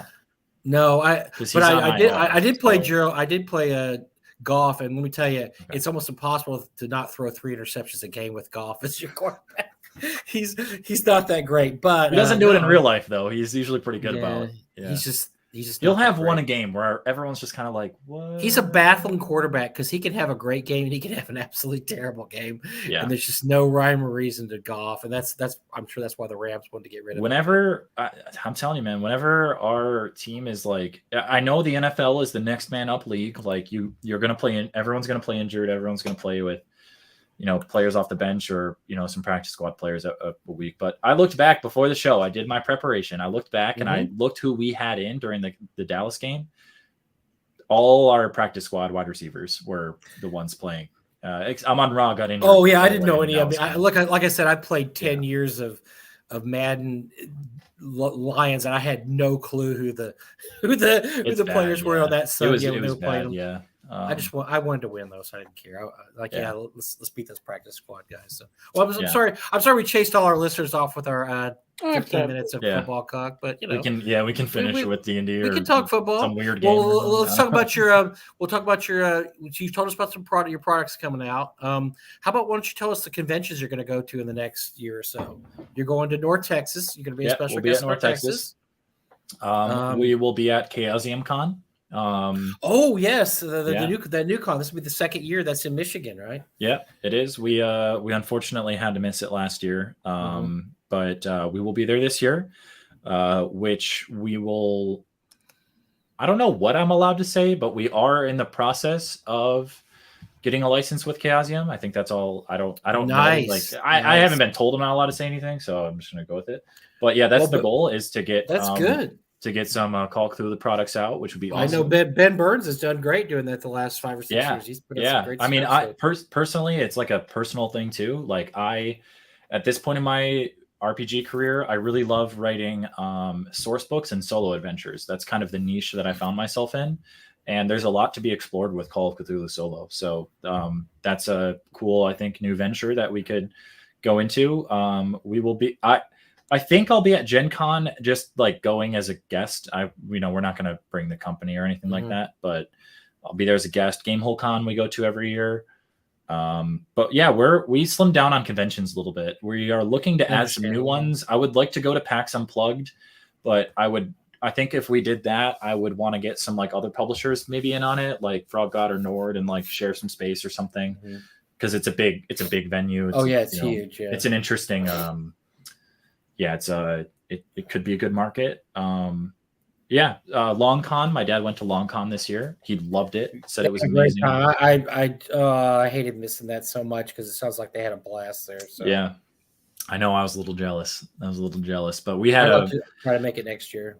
Our month of November is just as like from a family point of view was crazy because it's like it was my mom's birthday and then Long Con for my dad, and then we had family come in for Scotland for my cousin's wedding. So that was like the last 2 weeks of my life was hosting family and and all of that. So November is over. So it's kind of like a sigh of relief almost. I know what I want to ask you before we leave. So what are you up to? What are you doing right now? What's your full-time job right now? Pacesetter Games. Fully working on Pacesetter, and a lot of what I'm doing right now is getting I'm not gonna say like my entire life I'll be full-time with Pacesetter.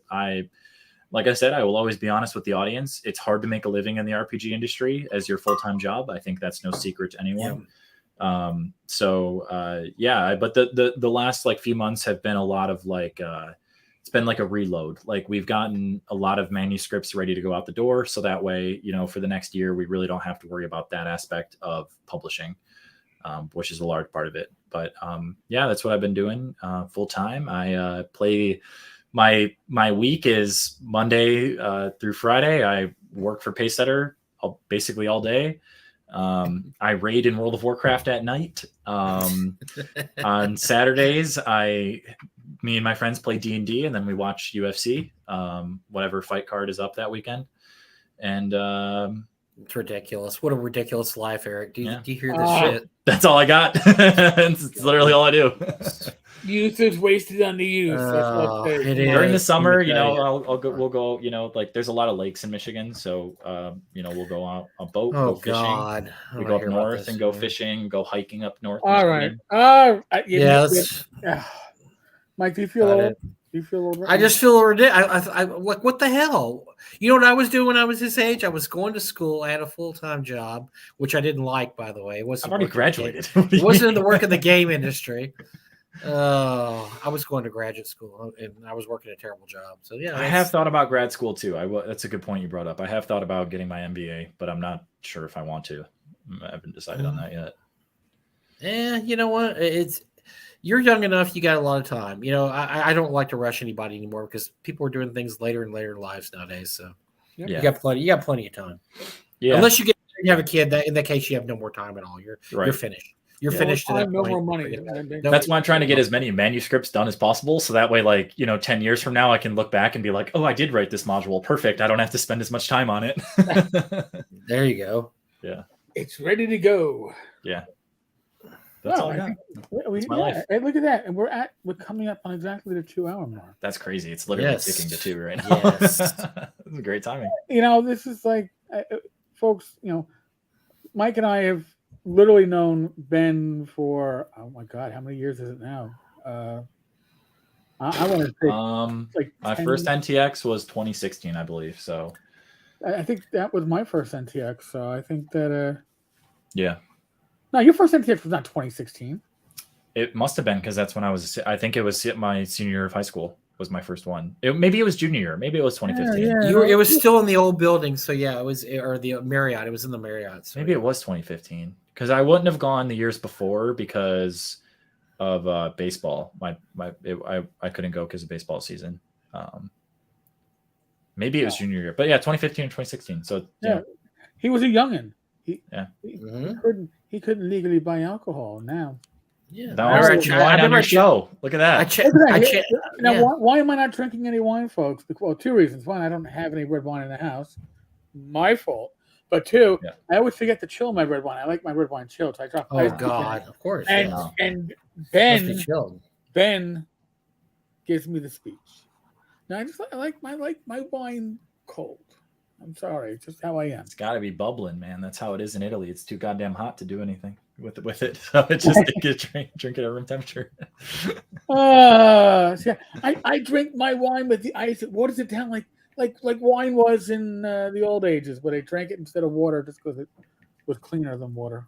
That's what my grandpa told me growing up. That was when I'm not going to say my grandpa gave me wine underage. I had my first drink when I was 21 for the public record. But he said growing up sometimes, on the mountain, unless they wanted to climb all the way up to the fresh mountain stream, the wine was cleaner than the water. Yeah. So just little facts there, folks. Yep. You always get random pieces of information from useless information. Yes. Useless information, but still information nonetheless. Ben, thank you so much for joining us. Thank you. Have a fun time with you. Yeah, it was great. It's a blast. Always love coming on. It's like being back at North Texas. It's wonderful. It's getting closer, though. It's getting closer. Every time I look at that calendar, I'm like, shit, I got to do more for our special releases we'll have at the show. Some modules that we'll have. Yeah, we got so much to do. Oh, gosh. A lot to do. We'll get back from the beach Monday, and I got to hit the ground running. I talked to Gary the other day. I had one phone call with him. We got all kinds of North Texas stuff coming up next few weeks. Yeah. So. Ooh, so are we going to expect announcements on the? Yeah, we should get the announcement for a game registration should come pretty quick here. Oh, okay. So good. See, this is your one-stop shopping, folks. By the way, folks, if you're watching this, there's been a link at the bottom of the screen the whole time. TenkarTavern.substack.com. You can catch when Mike gets around to starting his cast. He'll be on that someday. Yeah, it's a weekly newsletter or just a website if you don't want something in a newsletter. There was nothing this past weekend because the death in the family kind of threw off my whole schedule. But it's great because you can catch Joe the Lawyer, Matt Jackson, when Rob Conley's going to get his started up. We have Benoit Poirier and the Greyhawk Grognard, and I think one or two. Oh, Tabletop Tap from Tom, and at least one other that we're starting up on the next one. So you one-stop shopping for OSR-related casts. You don't have Ben because Ben does his own stuff. I don't do anything anymore. I just publish books, man. There you go. I don't do the video. I'm not the video guy anymore. I've hung up my hat. He did a great job too. That's the damn shame. Yeah. You can only stretch. You can only squeeze so much out of Ben. Yeah. Like a fine wine. Like a fine wine. Yeah, there you go. Folks, you know the normal speech, but I've abbreviated it down to just use your common sense. Use your common sense. It's an endemic. You're an adult, theoretically.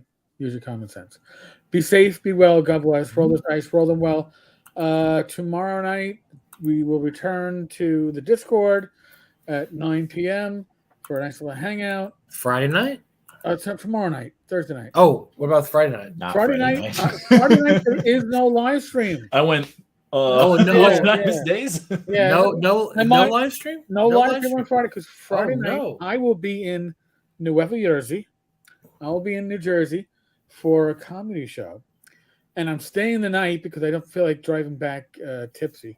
So no live stream on Friday. There will be an episode up on Friday. Probably before we go out and head out to Jersey and do our night on the town in New Jersey. I know New Jersey. It's a scary thought, but and then Game of Health to be the next live stream. That'll be on Saturday night with Rich. We'll talk about our new treadmill, which is a lot of fun and was heavy as fucking hell. Yeah.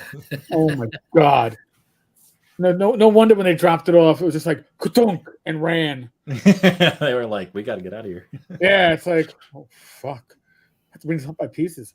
All right, folks. On that note, thank you. Awesome. Laters. Thanks for the amazing live stream today. The comments. Yes, very lively. Everyone in chat. That was awesome. Yeah, very lively. All right, folks.